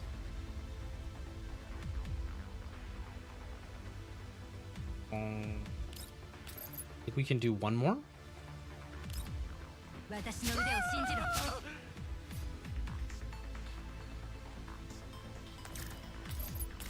This guy won't get to anybody. Betusa, I think, is just... Oh no! I barricaded her on this side. I'm kind of a dummy. For some reason, I thought I could get through this corner. Okay, well... I mean, I can get to here, which would let me dash, but I still can't get to the target I actually want to. I mean, I could also go to here and dash, but then I don't get to alt. Ooh, I bricked up my turn, guys. How can we fix this? I don't think we fix this. I think we just accept the mistakes.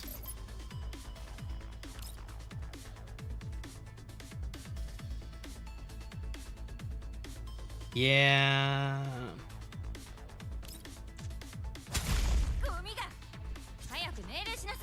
We can alt next turn. It's something. Really want this guy dead this turn. But I also want this Tho dead. Can Klukai be the champion and kill... No, she can't. At least I don't think she can. Not with them getting cover. Come to here and do it, and that would only give him cover. But he still wouldn't die. Thode would live as well. Is that better than doing this?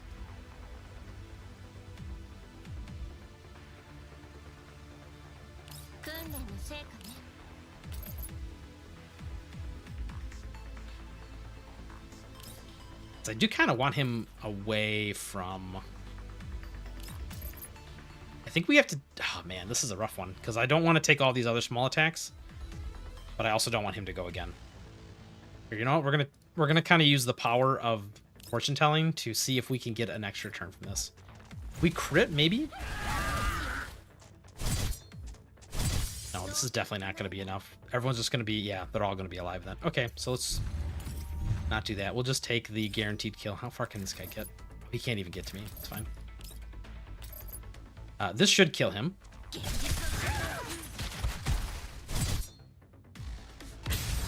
Oh, well...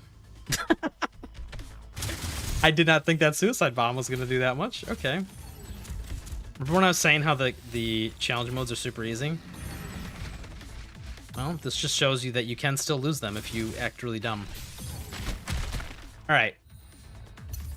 Let's unbrick this turn, otherwise I gotta actually like, pick a real team. That makes more sense. Beginning of turn 2, or is it beginning of turn 3 that we want? We want to begin at turn 2. Oh, this sucks. Michi's just kind of... She's going to get exploded on no matter what. Ooh, that's gross.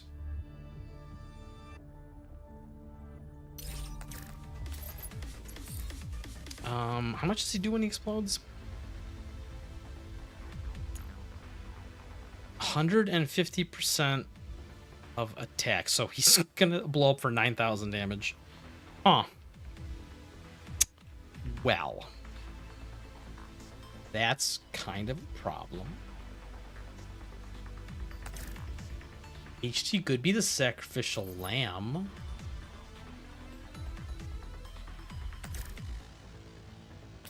We can clear out all these other units and then come back for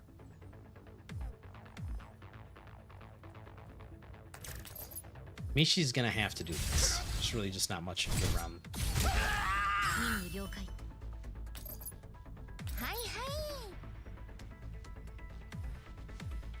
This is also really awkward for Fetusa now because I can't end here because this will get her killed. Could alt here, but only hit that one guy. Won't even kill him. Same thing with here, I think, right? Oops, this one. Yeah.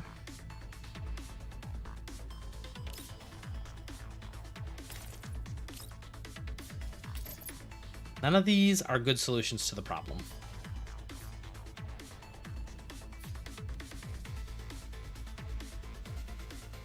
Can we get to... No, I don't think that's going to work either. If we do this... Yeah, we're still back to the problem of you're going to get exploded on.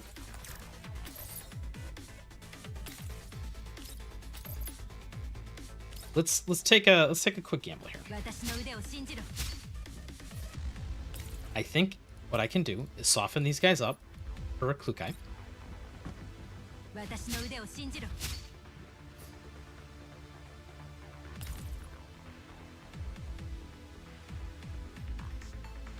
Can I get here?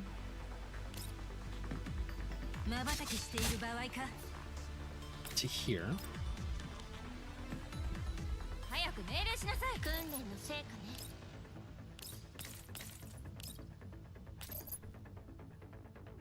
Oh, I miscalculated this guy by a lot.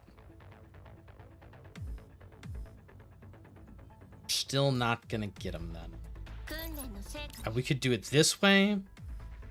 This will detonate, probably detonate a second time, but it won't. That's man, this is so ugly. How can he fix this? He can't, really. I mean, I can leave Michi down there just to die, which is gonna not feel good, but...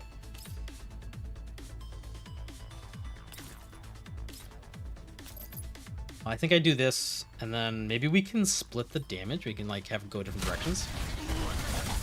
This is probably not gonna work either. And I can have Klukai come to here.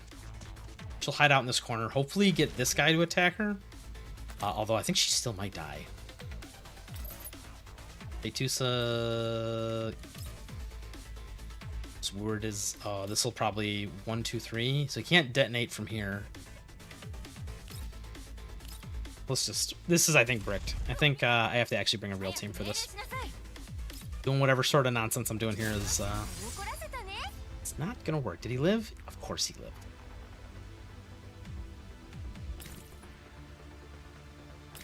Come to here, maybe.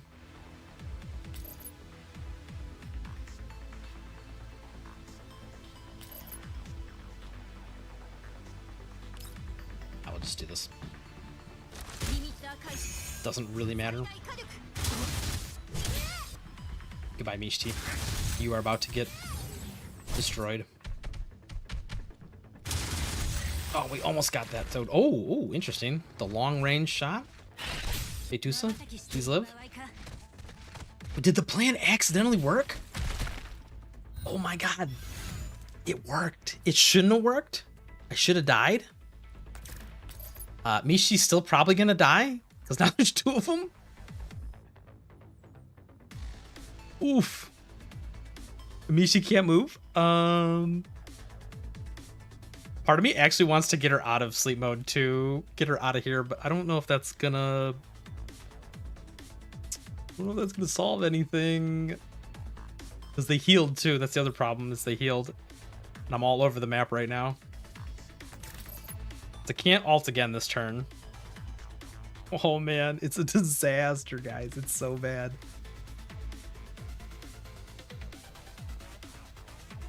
We can... I can't even do this. Yeah, this is a disaster. I don't know. Ulrid's got... Wait, did I not ult with Ulrid last time? Oh, I did not, because she didn't have infectants. Yeah, I think this is mega scuffed. Whatever. Let's just we're gonna try our best here. Maybe we'll see if the... We're gonna see if the AI decides to hit units in cover and maybe let me live.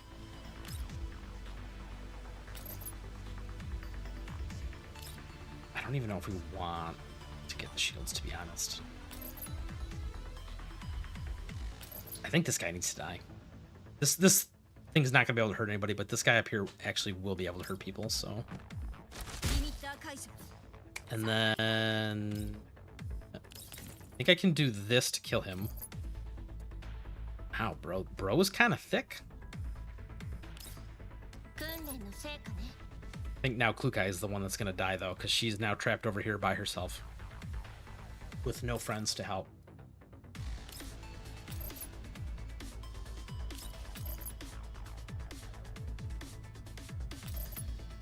This will kill that guy. She's gonna die though, right? Because debuffs.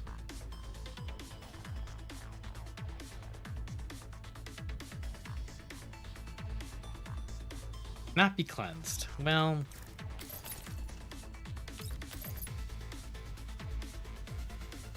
yeah, she's just so cooked. She can't get out of here. Even if I come to here, this guy's gonna kill her, or this guy up here will kill her. Let's do what we can. Try and turtle up in this corner here. I'm hoping that Fetusa... Bro. Look at this dude. Look at this dude with his 88 HP. Oh my god, it's so many layers of disaster. This is not solve the problem. Because then Fetusa dies, right? She can't even do it from cover. It's a disaster. No matter where I stand, I can't be safe. Because this only gets this guy up here.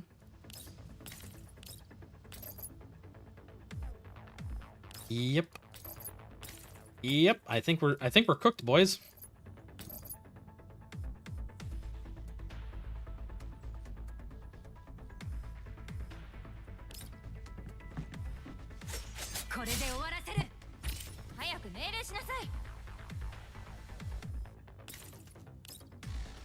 Let's just see. Let's just see if we can just crit like a god. We did not crit like a god. These will be some shields, but it will not be enough. Definitely was not enough. Rip. We gotta play a real team.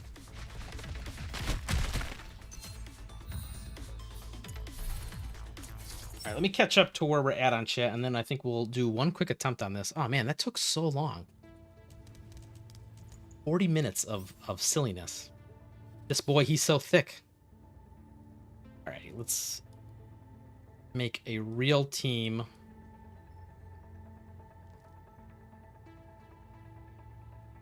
Oh, XCJ says he doesn't even care about Gunsmoke. Oh my gosh. All that thinking for nothing.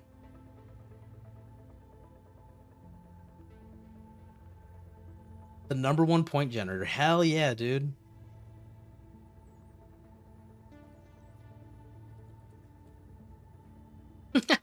Is there a way to delete Pretia from my account? She's been replaced. No, unfortunately not. Surely they'll give her a mod key that will make her like really, really good, bro. Awesome. Just amazing. Okay, how do we do this? Sword units are not good against the guy that self-detonate. That's a problem.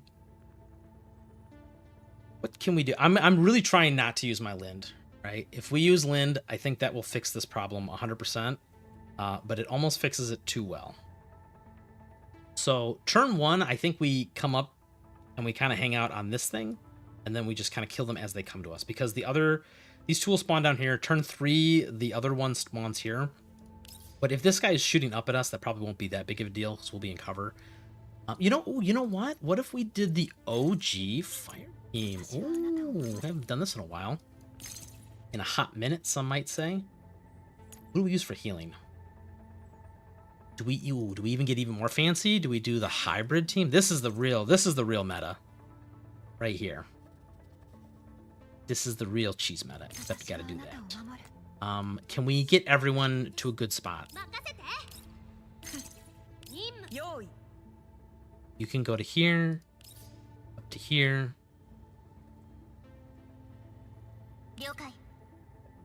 You can do your thing wherever you want. I think you're here. Let's try that. This is an OG team. Although everyone is kind of cracked. I have a lot of segments on all these units. This is what, segment 5, 6? Something like that. This is the same. Let's start with, can I get it across both roofs? Yes, I can. This is a little weird because it's like you kind of want to put it down here, but also I want it... Oh my god, this is just going to kill everybody. Lewis, calm down. It's not that serious. I mean, sure. I mean, that makes it turn really easy. Night and day difference, huh?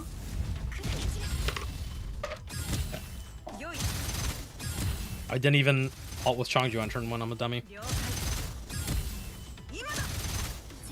Oh, that was fun. Not even anything to attack. That's actually going to ruin the rotation, but...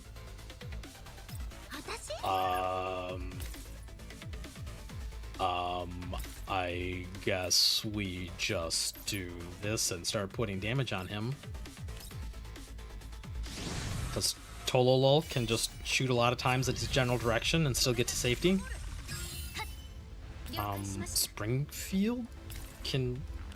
This? I don't think we're going to need the extra HP on turn 1. I'm going to try and bait his attacks towards Springfield. And if not, then... Can we...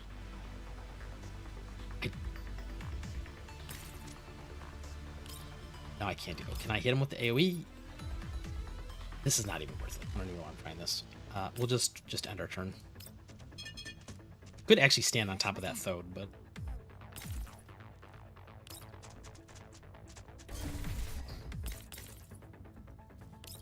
Just start pumping damage into him, and he might actually just straight up die. Oh my gosh, because he's gonna get 3 attacks from Tolol and like 2 from Changju. Like, he doesn't have the weakness types that the game insists that I play around, but you know, you can also just like brute force stuff. Alright, so he's not gonna die. And I get to a safe spot that he can't just shoot me around the corner from. If he shoots me from the side here, that might be a problem. And I don't think I'm going to get my extra move from the gun, because I think I need 4 stacks with the calibration rank that I'm at. Let's just try this. We'll see what happens. I might have to alter this last turn a little bit. Okay, or he'll just spin and... Yeah, see, that's what I was afraid of. Okay, so we can't stand there, but that's fine. We can just probably give up the last attack. I'm actually surprised I can't shoot down on him from this angle. Can he get to this? Oh, he could stand right here and hit me. Can I? Oh, there we go. That's what I wanted to do. Although that doesn't really solve the problem. Yeah, we'll just skip the last one. I'm that's gonna brick her turn for next turn as well, but I'm not really behind on damage. Who can I stand in the middle and just hit everyone? Right here. Oh, wait. Almost did it again. Got to be 3 tiles away from this guy when he explodes. 1, 2, and 3. So I can go over here. Actually, right where she's at is probably still good.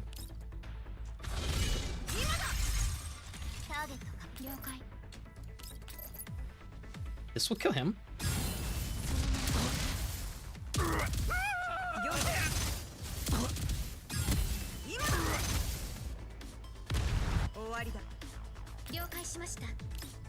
We will put some water weakness on this guy because why not?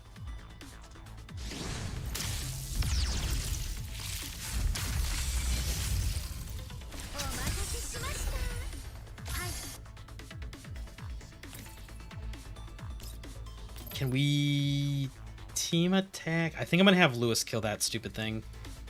I'll just put an extra stack on myself here. Lewis doesn't really have any other good targets to hit. I mean, I guess she could attack them down there too. But whatever. We'll just overkill the crap out of this dude. This is actually not a good spot to stand in because I just realized I am not covered from the right side. We can...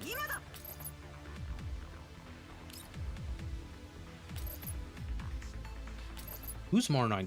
Is this the one that stuns, or is this the one that just... Yeah, okay, he just does normal. So let's do this.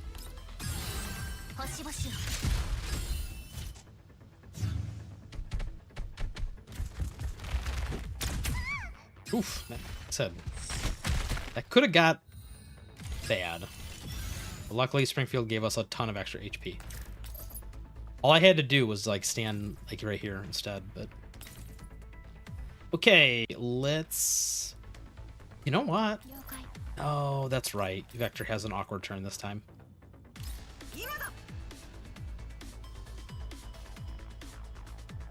Do I move up off of this? So we're in kind of a good spot again. This is the only enemy that's kind of in a weird... Let's do this. I don't think this guy can one-shot anybody with Springfield's buff up, so we're just going to do this to generate fire tiles around him.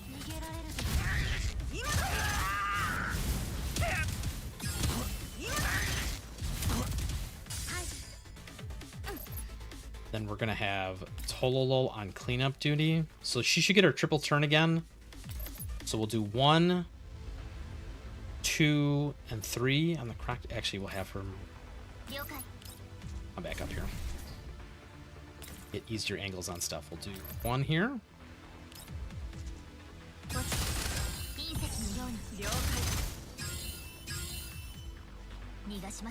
2, not on the deer actually.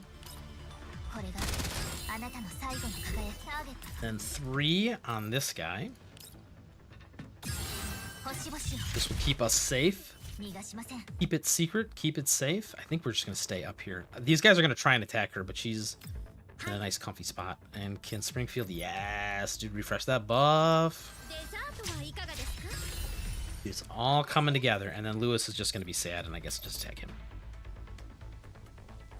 Actually, I'm gonna have Lewis come to here, just so she's not like the first priority target.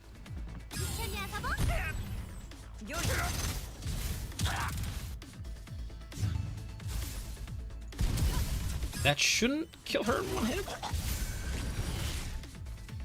There we go.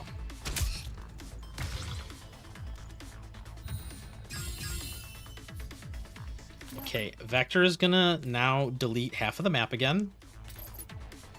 Oh, they're gonna live this time. Look at her go. Oh, before I do this though, Chongju needs to move away from the explosion.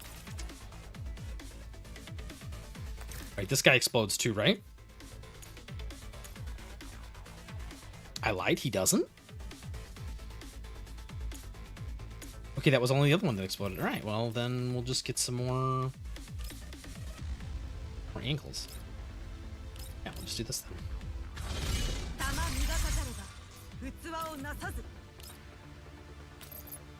And set the world ablaze.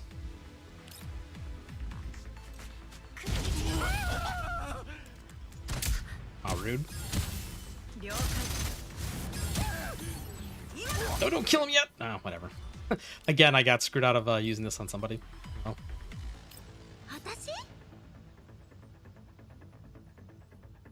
This bear has not contributed at all, but he's also just kind of being annoying.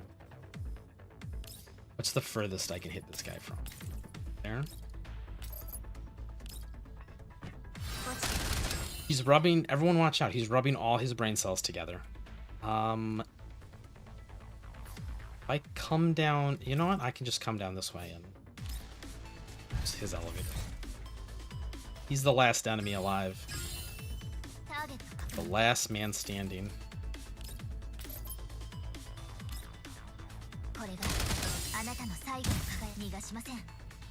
Come on, Tolo, you can do it. You can get around his cover.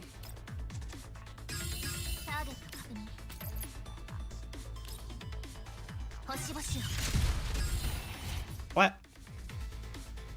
That was way more effort than I was hoping it would be. But it shows you that even with the power of ice shield buffs and everything, you still don't care. You just kind of do whatever. Uh-oh, this is going to have boss mechanics, won't it? But I also don't want to read the boss mechanics. How much HP? Can we Unga Bunga this? I don't know. Let's do it, boys. Let's see if we can Unga Bunga this. He's not going to read.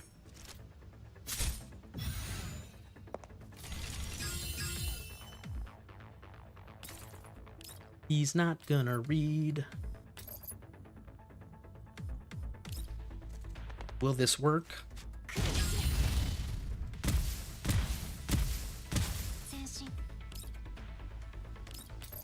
I don't know if she needs to generate tiles. Oh no, it won't work. That's right, because she won't generate tiles.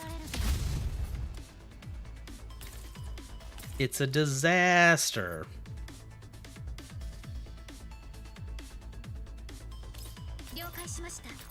Maybe we can still overpower it. Let's have that go on the boss. Ooh, I can hit this guy. Have it go on him. It should transfer to the boss after that guy dies. Oh, not having Chongju in range, that probably might have helped.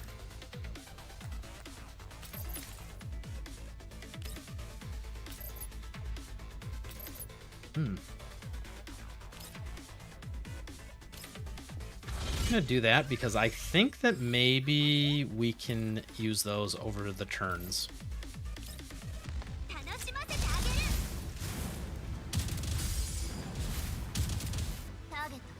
Did not work the way I thought it was going to. The bird did go on the correct target though. I killed this guy, you can. Maybe it's not all ruined.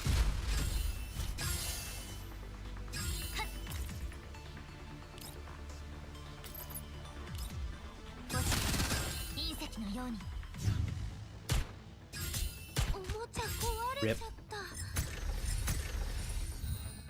I think he's gonna have to do the mechanics, guys. I don't want to, though.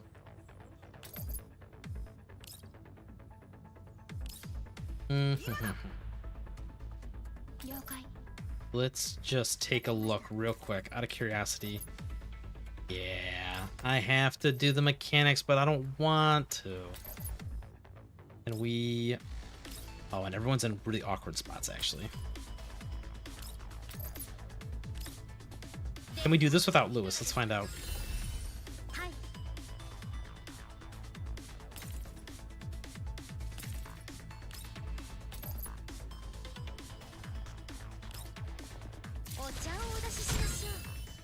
I want to say you have to break these. This is what happens. You know, you'd think you'd read, but he doesn't. Okay, maybe we'll have to come back to this boss and I'll have to actually read the mechanics. Cause yeah, this is there's actual stuff you need to do. It looks like you can't just hit things and not pay attention to what the thing says. I Unga Bunga this with Helen. Let's take 2 seconds and find out what I'm doing wrong here. Decryption terrain,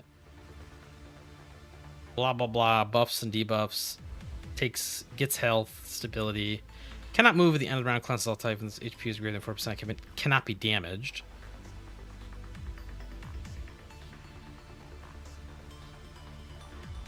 Did I just attack the wrong one? Is that what's going on here?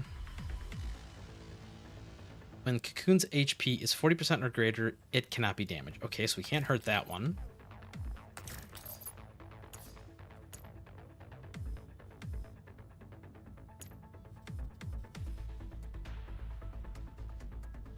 Okay, then how do we hurt her?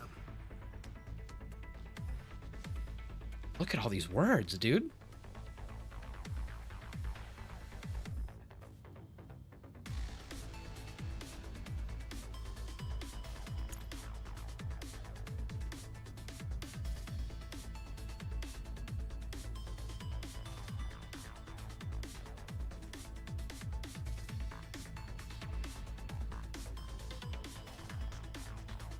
Do you have to burn through all this?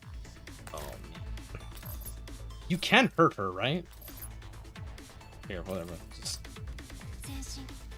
She's not immune to damage. Yeah, I think we're just supposed to, like... Here, can we rewind? Let me just... Oops, not that far. That's fine. Springfield does that. And then we actually come to here. Let's just do this. Let's just...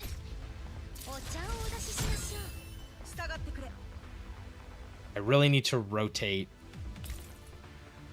This is a bad spot. Let's just do a little bit of damage here and see what happens.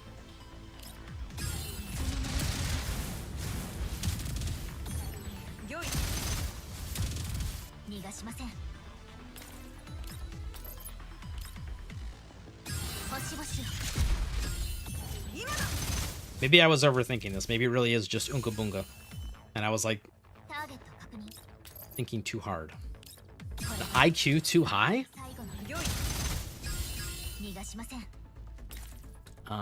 She needs to be in cover. Not that it matters, but...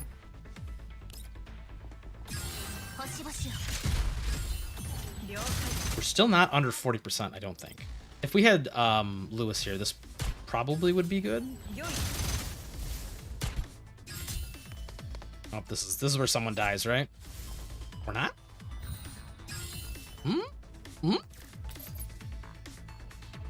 Oh, she disabled Springfield from doing stuff. I think she also disabled a couple other people from doing stuff. Yeah. Can the Tololol Chongju combo do this all by themselves? Can we mistakes into miracles here, guys? Oh, I don't think we're gonna do it. I think we're gonna be a little short. The not reading strategy is not completely working. Oh, we're so close. If only all my units weren't put in timeout. Well, at least they're going the wrong direction. I don't know if that was the right moves. It's okay. Oh, but Tololol needs stacks, doesn't she? She's burned through all of her telepathy. Yeah. I think we're all in on this turn, guys. It's the final countdown. My mistake was just not doing enough damage in the first place. Tololol only gets 3 attacks. I think it's better to do this. Oh no, is Tololol gonna get... No! She's not gonna be able to hit him on the first turn? We can actually attack these things now, but now I've committed to the we're just gonna kill her strategy, and I don't think it's too late. Let's try and be sneaky about... Oh, maybe we can... Mistakes into miracles, just crit really hard. He's doing it! Hell yeah, guys. Challenge modes. Still didn't read. Too long, didn't read. Lewis was a sacrificial lamb. Hell yeah. Who needs segments? Who needs segment 6 Fetusa and to win their 50-50s? Just no brain it.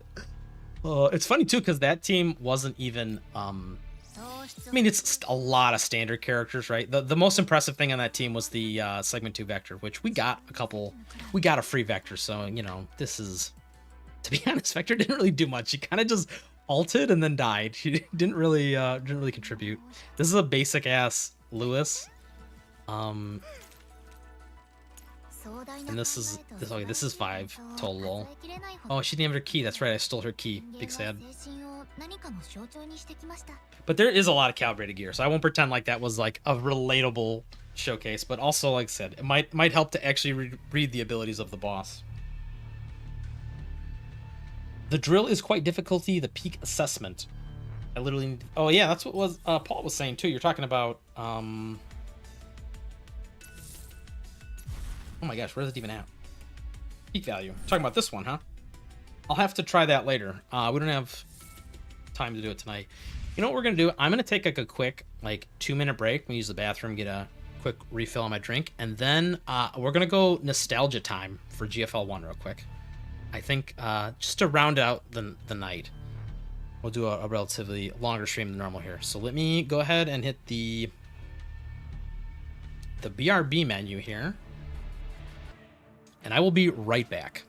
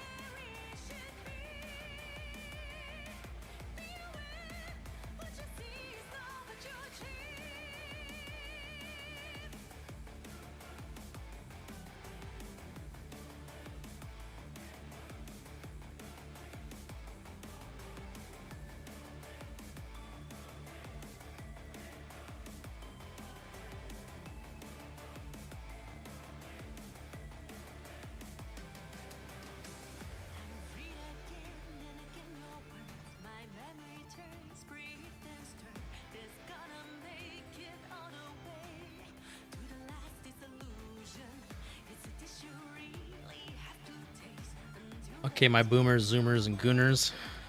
Let me pull up. That was fun. I can't believe that took an hour, though. So we go back to this here.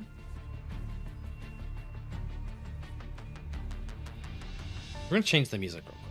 Well, I'm loading up GFL1 in my... Back in the day, you had to use an emulator to play your games. What can we... Silent Gunsmoke? Ooh. Is that too chill? What else we got?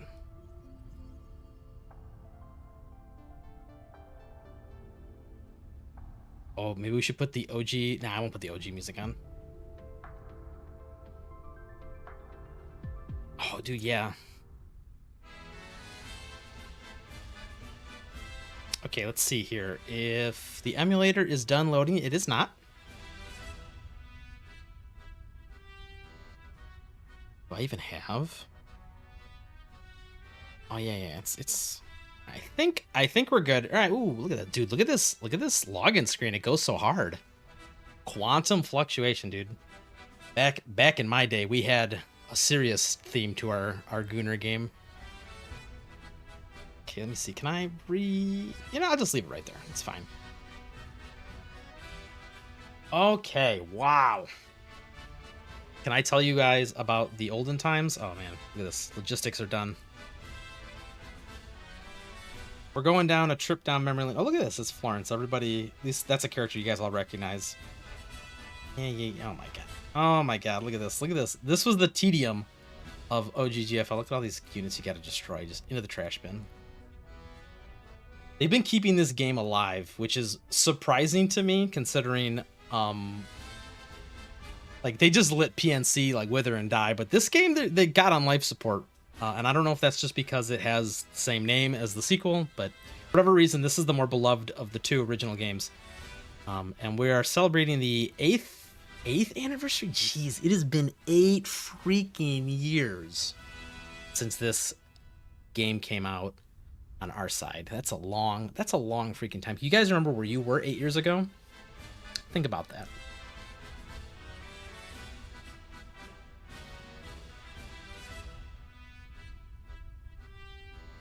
I'm reading chat real quick.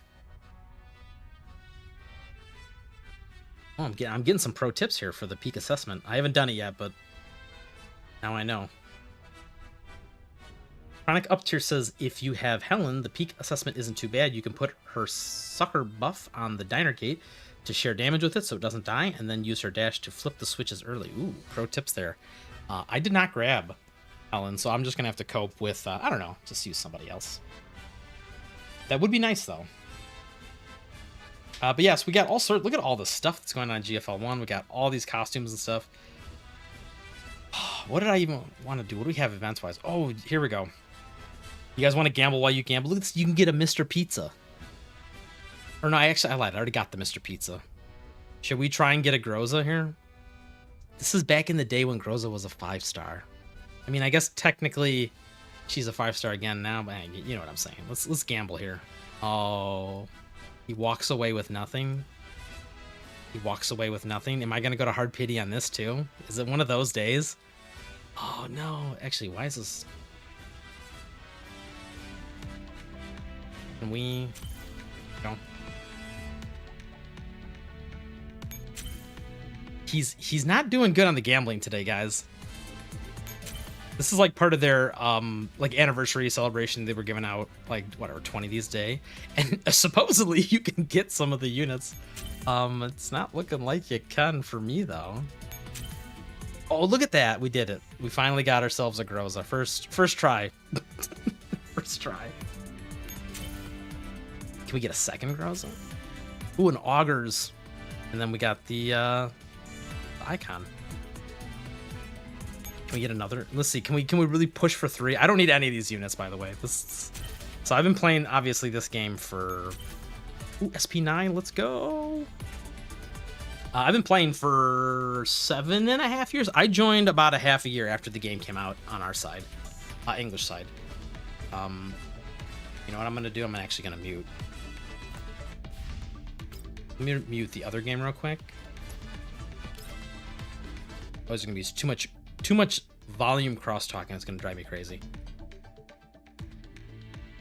So yeah, I've been playing for 8 years now, and I have accumulated pretty much all the stuff in the game. This is the new do you recognize who can recognize some of the characters? Oh, look at it's Paul's favorite character. She actually got a skin for, like, I guess technically this is her third, or actually, wow, now I think about it, she's got like 3 or 4 skins in this game. But yeah, this is the old game. Oh, dude, you want to talk about molding for gambling? This is the old system. So in GFL1, the way that they didn't do gacha. Like the new system that we use in GFL2 is obviously the Hoyoverse 50-50 system. In OG GFL times, the way you gamble on units is you come here to the production facility, which is why I'm so low on resources, because we just had a couple of units come out, and you would, like, whatever, put some recipe in. This is just like how many materials you wanted to spend on the unit, and these materials generate over time, or you can do those logistics, which is what happened when I logged in. You just send your units out to go collect resources essentially, and then you spend those resources on units. So if we go here, we'll make a couple. Can we get a 5-star? Stupid. Oh, 4-star. Close though. Oh no. Oh no, it's Florence's little sister. Don't talk about her. We do not talk about her. But so you would spend your resources that you accumulate. Shut up, PW. Are you done talking? Longest fucking intro ever. Okay, so you accumulate in-game resources. You spend in-game resources to get the units. That was like the gacha loop, right? But now I know the astute of you are asking, well, how the hell did they make any money? Well, enter the. This is like Iron Man gambling, okay? This is gacha for the Giga Chads. So this game's gacha. The only stuff that they had that you couldn't get with in-game resources was the costumes, right? You can kind of, I'm paraphrasing a little bit, because the only way to get to gamble on these costumes is with these little coins up here, these little tokens. And the tokens, you only accumulated them from doing very specific logistics missions, which are really crappy. Like, they don't give you a lot of materials. They just kind of give you like one token. And I'm not even joking. It was like literally a 24-hour logistics just to get one token. And you need 10 tokens to do one pull. Not even a 10 pull, just literally 10 tokens per one pull. And the only other way to get them was from events and stuff. Really, it was like events and the one logistics mission. There's kind of not really any other way except the money. Spend that money in the shop. That's how you get it. So, okay. Follow me so far. The costumes was the real gacha. There was no real gacha for the like the units. You kind of just accumulated them as you played the game. And once again, it didn't really cost you anything. You could buy extra resources, you know, with real money, but nobody really did that because it was like really, really inefficient. So this was like the primo thing. As you can see, I have quite a few saved up. Now, originally there was no pity at all. Like, the way this worked is you literally just gamble and you just hope to get lucky. And I don't even know what the drop rates are. This is before the times they even tell you what the drop, like, does it even say? I don't know. They don't even say. It's General Lou. They even, yeah, so this was back in the ancient times when they don't even tell you what the odds were, but people have calculated the odds and they're like really low, like ridiculously low, because you'll know that's true in a second when I explain how pity works, because eventually they did add a pity system to this. And the way this works is every time you do 10 tokens to get a unit, you'll get 1 pity. One of these little exchange tickets here. To get the primo skin, which is like the live 2D ones, the ones that are animated and stuff, and they sometimes have like special little like in-game chibi stuff, 600 exchange tickets. Now, if you can do math, that means 6,000 tokens. For reference, I don't think I've pulled on one of these banners since last year. And I've only accumulated 4,000 in a year.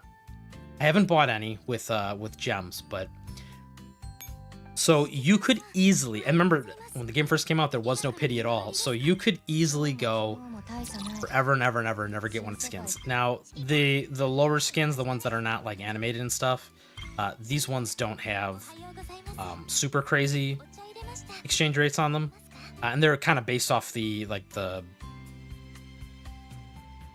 rarity of the gun. So these are 2 stars. Technically, they get upgraded, but they're 2 stars, and then this is a 5-star. This is a 4-star.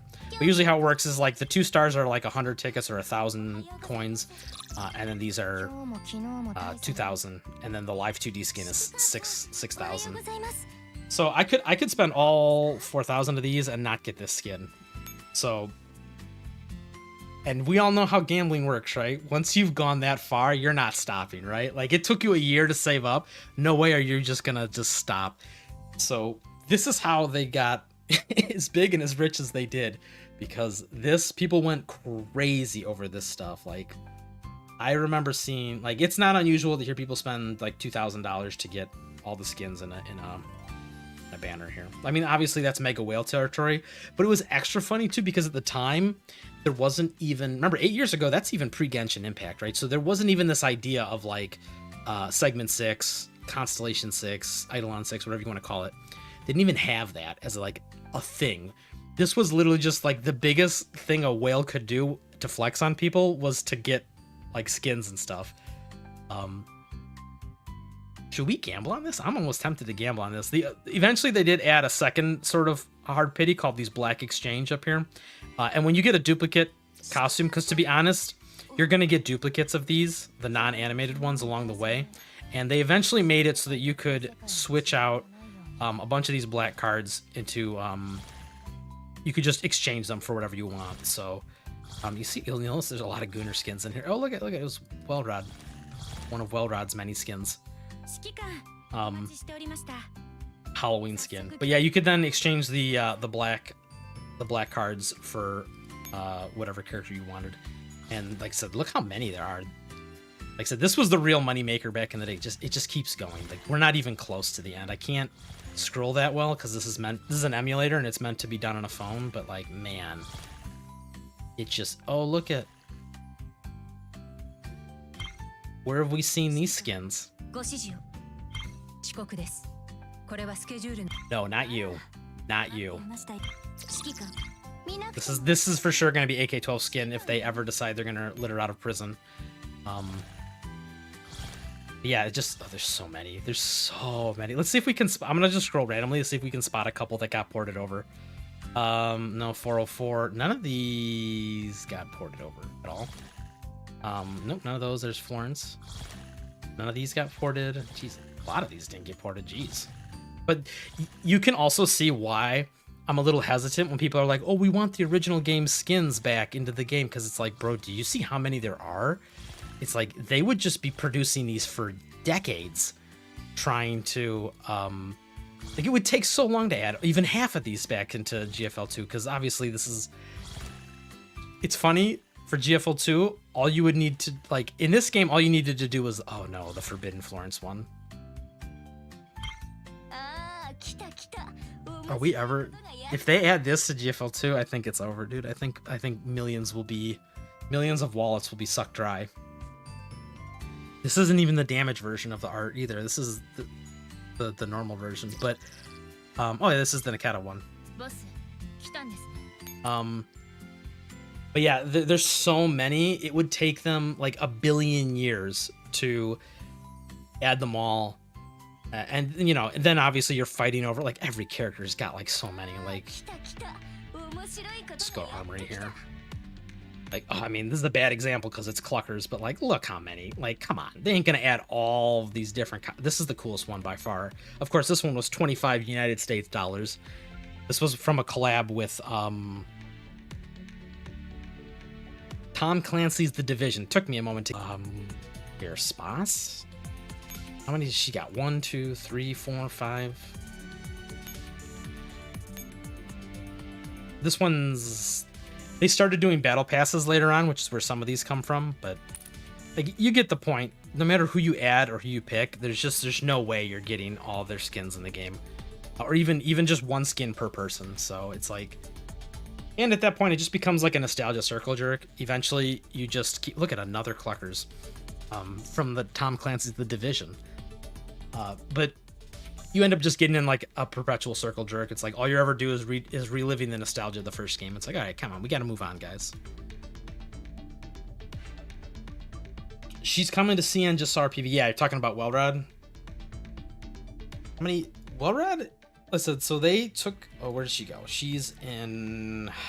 She has a mod, and that puts her at 6-star. Here she is. So this is the alternate, like... I don't remember... Do I still have it? Hold up. I'm going to see if I can... Little box here. Look at this. Hear me. No capture. Oh, I can't. Here, let me just... hide this for a second. Like, look at the artwork from GFL1. It's like identical. They changed the jacket a little bit, I guess, but like the clothes that she's wearing, even like the stripes on the suit are like almost identical. But it was weird because it's like, man, it's almost like they couldn't decide if they wanted to go with the original design or not. But there's so many other ones for her, right? It's another character that had a lot. This one's really awesome. This was an animated one. Halloween one, but I can't preview the animated part of it, but So many. Oh, dude, the gorilla. Back when she didn't have the baby carrier. Back when she was just the gorilla. I can't preview the damaged version of these artworks in this mode, but oh, look at Sakura. She's got a ton of skins too. Look at all these skins. Oh, this is the one that we got transferred over. But you can see there's a lot. A lot. Who else we got? We got Sleepo Beepo with a ton. Oh, this is the one I wanted them to transfer over. The Rock and Roll Lizard. Yeah. Anyway, there's so many. You know, I'm almost tempted. Do you guys want to see gambling? Somebody stop me right now before we gamble. I have, like I said, I haven't gambled in this in like a year, but I don't really need this General Lu skin though, because I have her other skin. I don't know. Chat, what do I do? Do I make bad decisions? Actually, I don't know. After earlier today, maybe this is really not the day to be doing this, you know?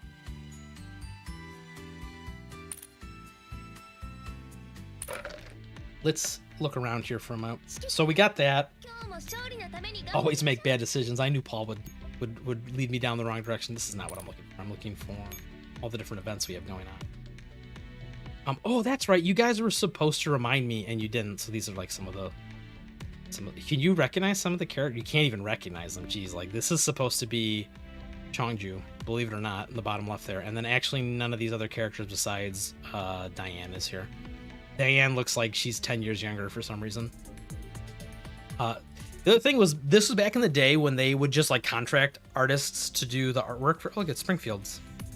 Oh, and Macchiato's both in that same one.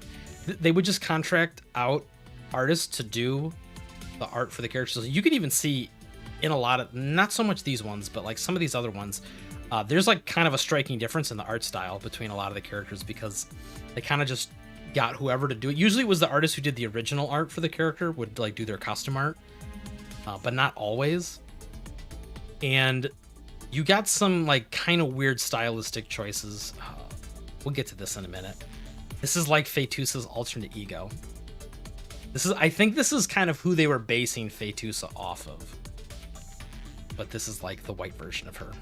Can I even say that? Is that allowed? But where is... No, this is a character I'm sure we're going to get eventually. Just Gunner bait. What am I looking for? But anyway, so the character art sometimes changes very drastically based on who's drawing it. In GFL2, by the time they got to that, like the artwork team had like kind of solidified and unified like their art team vision. Like if we go back over to GFL2 here real quick, like you look at the server room character archive, like the art style for almost all these. Can I not just click left and right? Yeah, like the art style for almost every single character is like uniform. I mean, I'm kind of cheating because I'm looking at all the early characters, but like even if we skip to like recent releases and work backwards, you'll see there's kind of like a uniform art style, and they don't even credit the artists. It used to be they credit specific artists. I'm guessing that's because either they have multiple people working on the artwork for each character, or they it caused a lot of drama back in the day. There was a lot of drama. For example, the person who did the artwork, I'm full of old stories. This is why you can't let people like me talk about the nostalgia, because I'll just keep going. The person who did the artwork for Springfield also did the artwork for AN94 and like DeFi Team, AK-15, etc., etc. And there was, and I think also he was the original artist for Macchiato as well. But there was a lot of drama about like credited art for like who was doing the art. Like for example, Springfield obviously was a very popular character and got some skins, but she never really got a ton of skins, and people were always raging about like, oh, this artist doesn't want to draw the character anymore, that's why they can't do artwork for him anymore, etc., etc. And it got kind of spicy, and I remember a couple instances of like artist drama blowing up, and like causing like negative pushback for the game. I'm trying to think of who else had some spicy drama. I don't know if they're in GFL2, but there was a couple different characters that got the artists like either got in trouble for doing stuff, the typical stuff, right? Allegations of like stealing artwork or tracing and stuff, and others, and other like outside drama. Like for example, I remember here one of the characters, he did the artwork for the Browning 1918. He did the original artwork for her along with a couple other characters. I don't know why they don't put the English translation of their name in there, but he did the artwork for those characters, and he also had like a falling out with Mika Team. I don't remember exactly how they got in a fight, but I remember them throwing shit at each other over the internet, and the artist was like, because remember, these are contracted artists, they don't actually work directly for the company usually. But like there was all sorts of drama about like he said she said nonsense, like, oh, they treat this artist better than that, and they got in a big fight on the internet about it, and they eventually like terminated their contract with him and stuff. But because of that, all the characters he drew are like essentially in limbo. Like he drew the artwork for another popular character, 5-7, somewhere way down here. Look how many characters I have. He drew the same artwork, or same artist did it for her, and like she stopped getting skins. She was like really popular back in the day, but like this was like, see, I think you can even see the artist changed. No, I lied, he still did this one, but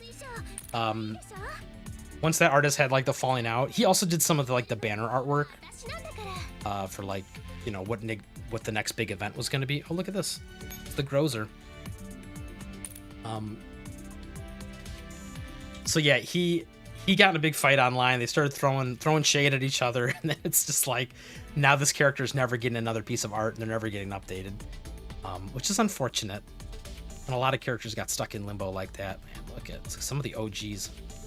This is the OG 5 stars back here. The Thompson that everyone keeps talking about in the story, but it never will ever show up. This is who they're whose character story just talked about her for ages and ages. I can't remember who. I'm already having a mind blank. But yeah, there's a lot of hype for some of these old characters. Man, dude, there's so many. I mean, this is that weird balance that I was talking about earlier of, on the one hand, I love new characters like Fetusa, but like there's a lot of untapped potential in the old roster. Oh, look at it's one of our newest characters on CN side, Mitli. Does she have? Oh, this is another cool. I kind of was hoping that they were gonna do this for her design, but they didn't. They went with like a hodgepodge of this one and something else. But this is a cool one. This was another $25 skin though, so ain't getting that. Is GFL ending? Sorry, I'm like way behind on chat. I know you guys asked these questions like literally 10 minutes ago. Is GFL ending properly this time? I saw a lot of people say goodbye in YouTube comments for the no PV. Well, funny thing about that, Dark Black White Wolf. Jeez, what a name. They said that last time, right back when we had I'm already getting the names confused. Whatever the last time that they're like, oh yeah, this is the final chapter. That's what they said, was that this was going to be the end, and then obviously they butchered it so bad that they made these like 3 other like little side events to kind of patch up the details. So theoretically, Mr. Dark Black White Wolf, yes, this is the last. This is like last season part 2 final ending for real this time, and this is supposed to be the last event that ties the stories together. But we'll see if. I think they actually are going to stop after this, though, because on the CN side, they haven't come out on anything in a long time, because the game essentially, they had another problem with whoever was publishing it, so they essentially moved it over to Steam, and now it's like a standalone game. It's not even run on an emulator. And you can get this game, I think, on Steam here. I just have been playing on an emulator for so long that I just keep using it. But yes, it's supposed to be the end for real. And is that character's new name Grig? It's Grig, not Greg. Grig, and I don't even have her yet. 'Cause she is like one of the last ones to show up. Can I even preview her? Yeah, not really. You can't really see her like character intro, but yeah. So this is a Paradeus unit that they kind of dabbled with halfway through the final arc. Was like, for the longest time, it was like you were just capturing. They eventually made it so that you could capture Sangus Ferry units, which obviously is the typical suspects here. Then they kind of branched out, and they're like, okay, yeah, I mean, I guess you could capture some Paradeus units. So then they added, so down here, yeah, there's like they added some of the other Paradeus units. These are like named versions of the generic units that you see all the time for Paradeus. They just kind of gave them a name and gave them like 2 sentences of story, and then they just dropped them. They're like, peace out, that's good enough. Like, I don't know, I think the idea was like the commander found them in a dumpster somewhere, because Paradeus like does a lot of experimentation, and anyone who doesn't make the cut gets killed.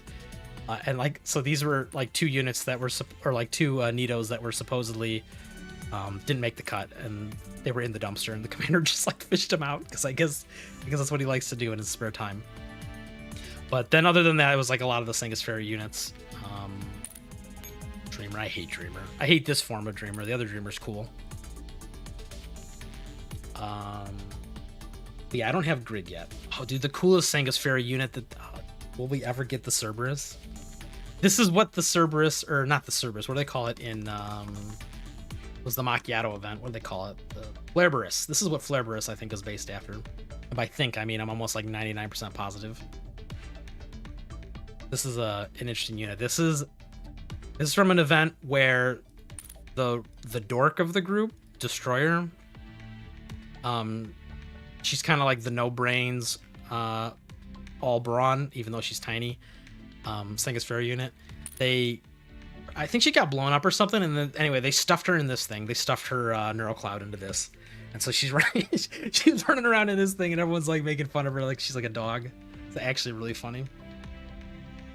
MP5 story was talked about. Thank you, Chronic up tier. Yes, MP5 would not shut up about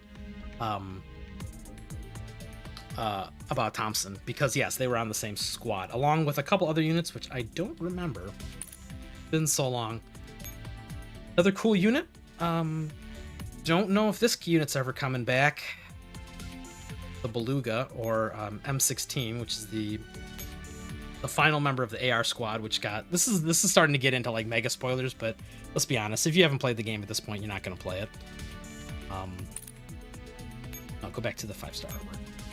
But yes, we were looking for Fetusa. I don't think there's any Sangus Ferry units that use swords, right? It's just Executioner, but it's not really a sword, it's a scythe. This is the Halloween costume. And Gauger, kind of? That's not the right form of her. That's the summer one. This is the normal form of Gauger. This is not really a sword, though. Even the normal artwork, it's not... I don't know what this thing is supposed to be. Like, all the SF units have, like, these weird gun melee weapons that are just, like, huge. But I don't know what this is supposed to be. Like, an axe? A pickaxe? I don't know. It's probably better not to think about it. Some of them get really weird. Like, where's Architect's? Architect's weapon is... I don't know what the fuck this is supposed to be. It's like a missile launcher and a submachine gun, or like a machine gun. I don't know. There's some weird stuff happening. This was the unit that was teased in the trailer. Remember I was saying that the chibi form of her... Oh, we can't show that. That's a little too spicy for the stream. But this is the chibi that they showed in the coming soon outlines. We'll see if that ends up being true. Like I said, they have a really bad track record at this point. I don't think any of these other units are making the cut. Alchemist... I don't think she makes the cut either. She was only popular, I think, because she was overpowered as hell. I don't think she was necessarily a fan favorite. I think out of the SF units that we have a chance of actually seeing in GFL2, it's Agent. Architect is very high up on that list.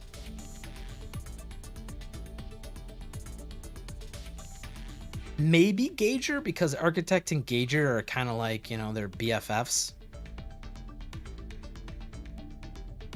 Judge, maybe, probably not.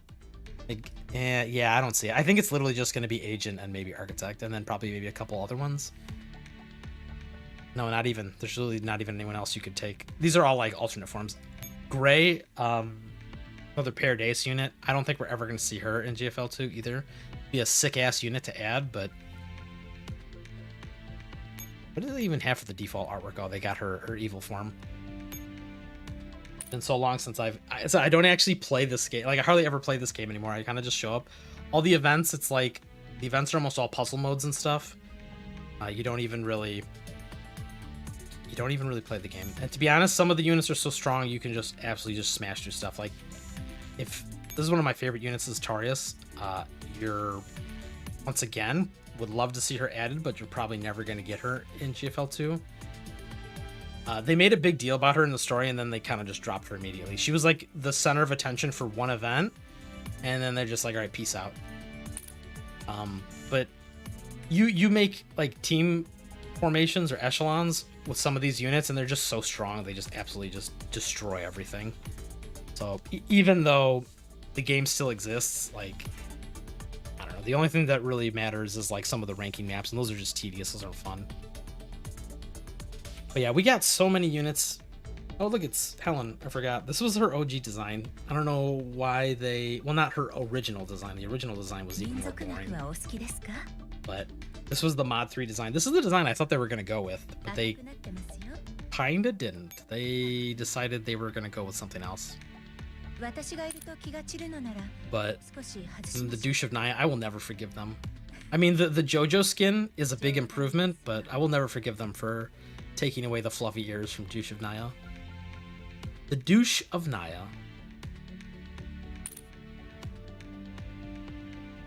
What would you rate GFL2's story compared to GFL? Do you think GFL2 has, or at least Mika is trying to, have as much depth in GFL2?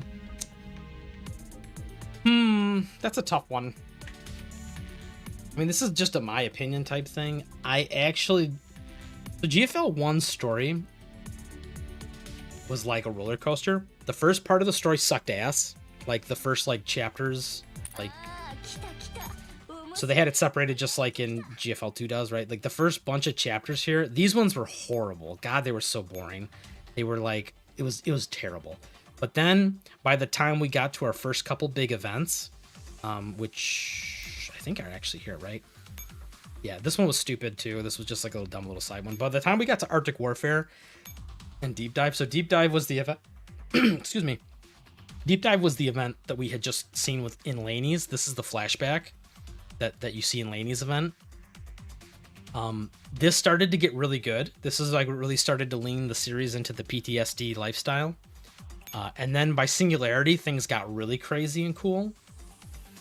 Continuum Turbulence. The Singularity story, this is the big turning point in the story for the first game. In that this is kind of when things hit the fan, and this is where you get all the main big PTSD that you see about until this day, right? Like the row in the diner gate, the M4A1 disconnected from reality, all the bad things kind of started here, and it was a really good story, and that continued all the way about up to here to Polarized Light. And then it started to get really weird. So this is, to me, the point where the stories take a big turn, right? The story for GFL1 still was written very well, all the way up until about Slow Shock. These last couple events here, pure garbage, dude. In my opinion, just hot garbage. They were not only poorly, they were written, the way they were written was super convoluted and confusing as hell. Like, it was so confused. Like, this event, I'm still waiting for someone to explain to me in normal human terms what the hell happened in this event. This was the event where Irma and all the other dolls created by Arthur Hume, which is like apparent. Well, we're getting off topic.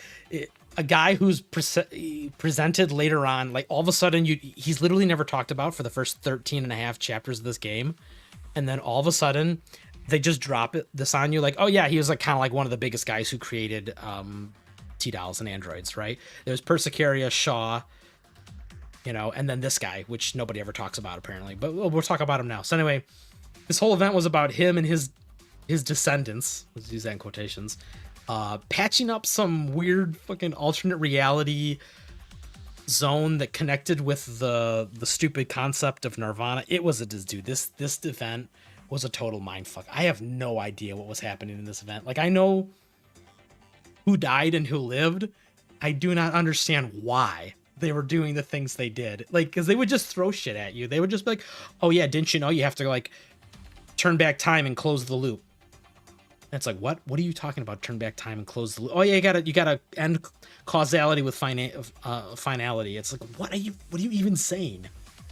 So GFL2 does a better job than these later chapters, right? Because this stuff just gets ridiculously convoluted, and this is the one that actually like explored the idea of Nirvana. GFL2 did a way better job of exploring Nirvana, even though it was only for the very end of the last event. But I think GFL1, this part in here, from, like I said, from pretty much Singularity on to Polarized Light, was really good. Polarized Light was when things got weird. They split off into this is the part where M4A1 gets, she's like kind of the main character of the story up until this point, and then she goes off to Nirvana, which we find out retroactively later, because she just kind of disappears and everyone's like, oh, I don't know, she's just busy. And then later on they retroactively like change that to be, oh yeah, she's in Nirvana figuring out whatever the hell's going on there. And then the rest of this is all about essentially Paradeus and all the other weird stuff that happens in going on with them, and kind of like this is also setting up the New World Order, which eventually takes over. Slow Shock is the last event. This is where you kind of get the technically it's back here, but this is where the commander gets the Elmo and starts to go on his like little final trek into the Badlands or the Black Zone to shut down Paradeus once and for all. Spoiler, it doesn't work.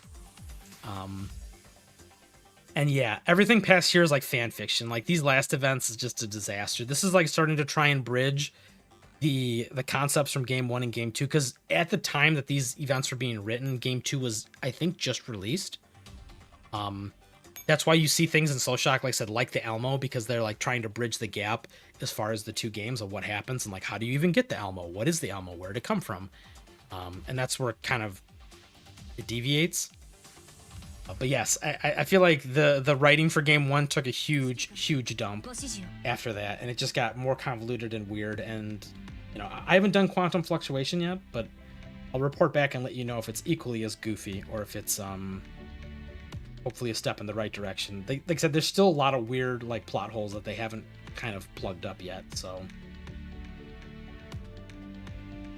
wow, what a rant. I think we're done, guys. I think we're way past our bedtime. This is like my longest stream that I've done so far, because we go through nostalgia land.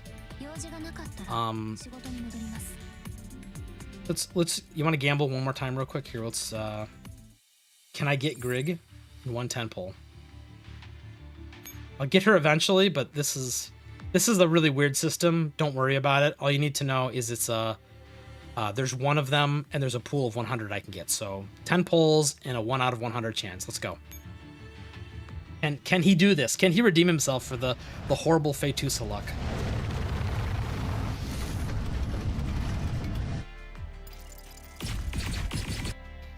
The man who was cucked to death.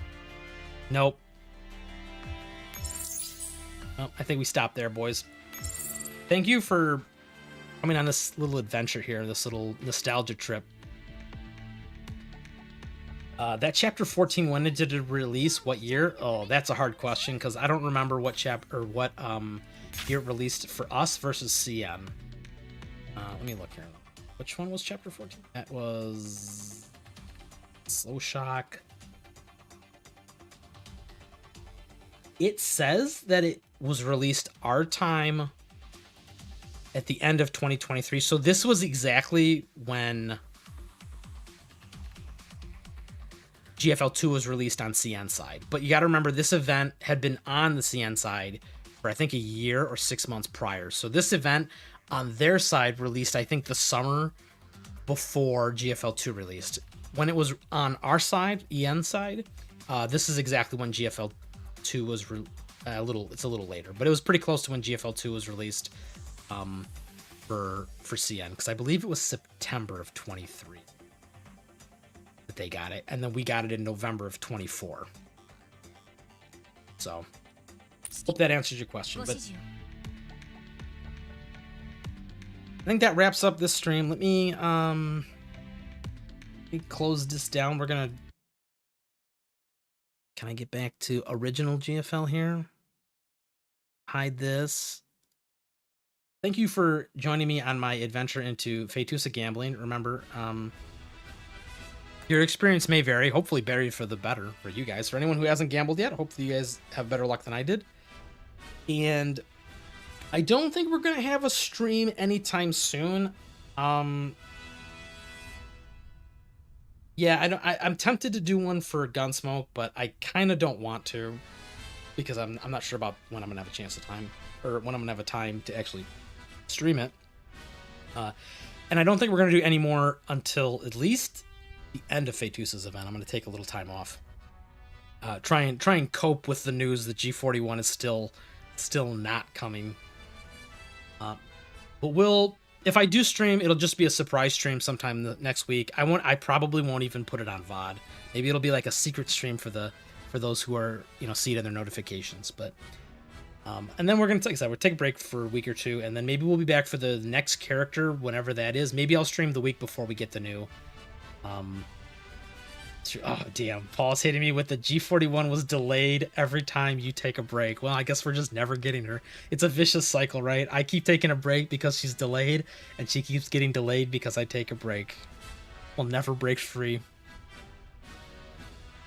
But like I said, when I do decide to stream next, I will post it a couple days in advance, but expect either 2 to 3 weeks from now, maybe even longer. I don't know. We'll see how I'm feeling. So if you guys do have any questions or anything, you can always, comments in the video or whatever. I do actually still check the channel, and you can hit me up on Discord. What's my handle on Discord? Just Ernizzle, right? They changed it. It's Ernizzle 4306. Wow, what a random stretch of numbers. So thank you guys all for coming, and I wish you all a wonderful evening and good luck in Gunsmoke. Bye-bye. See you guys later. Oh yeah, and check out that Dandygate website, dandygate.net.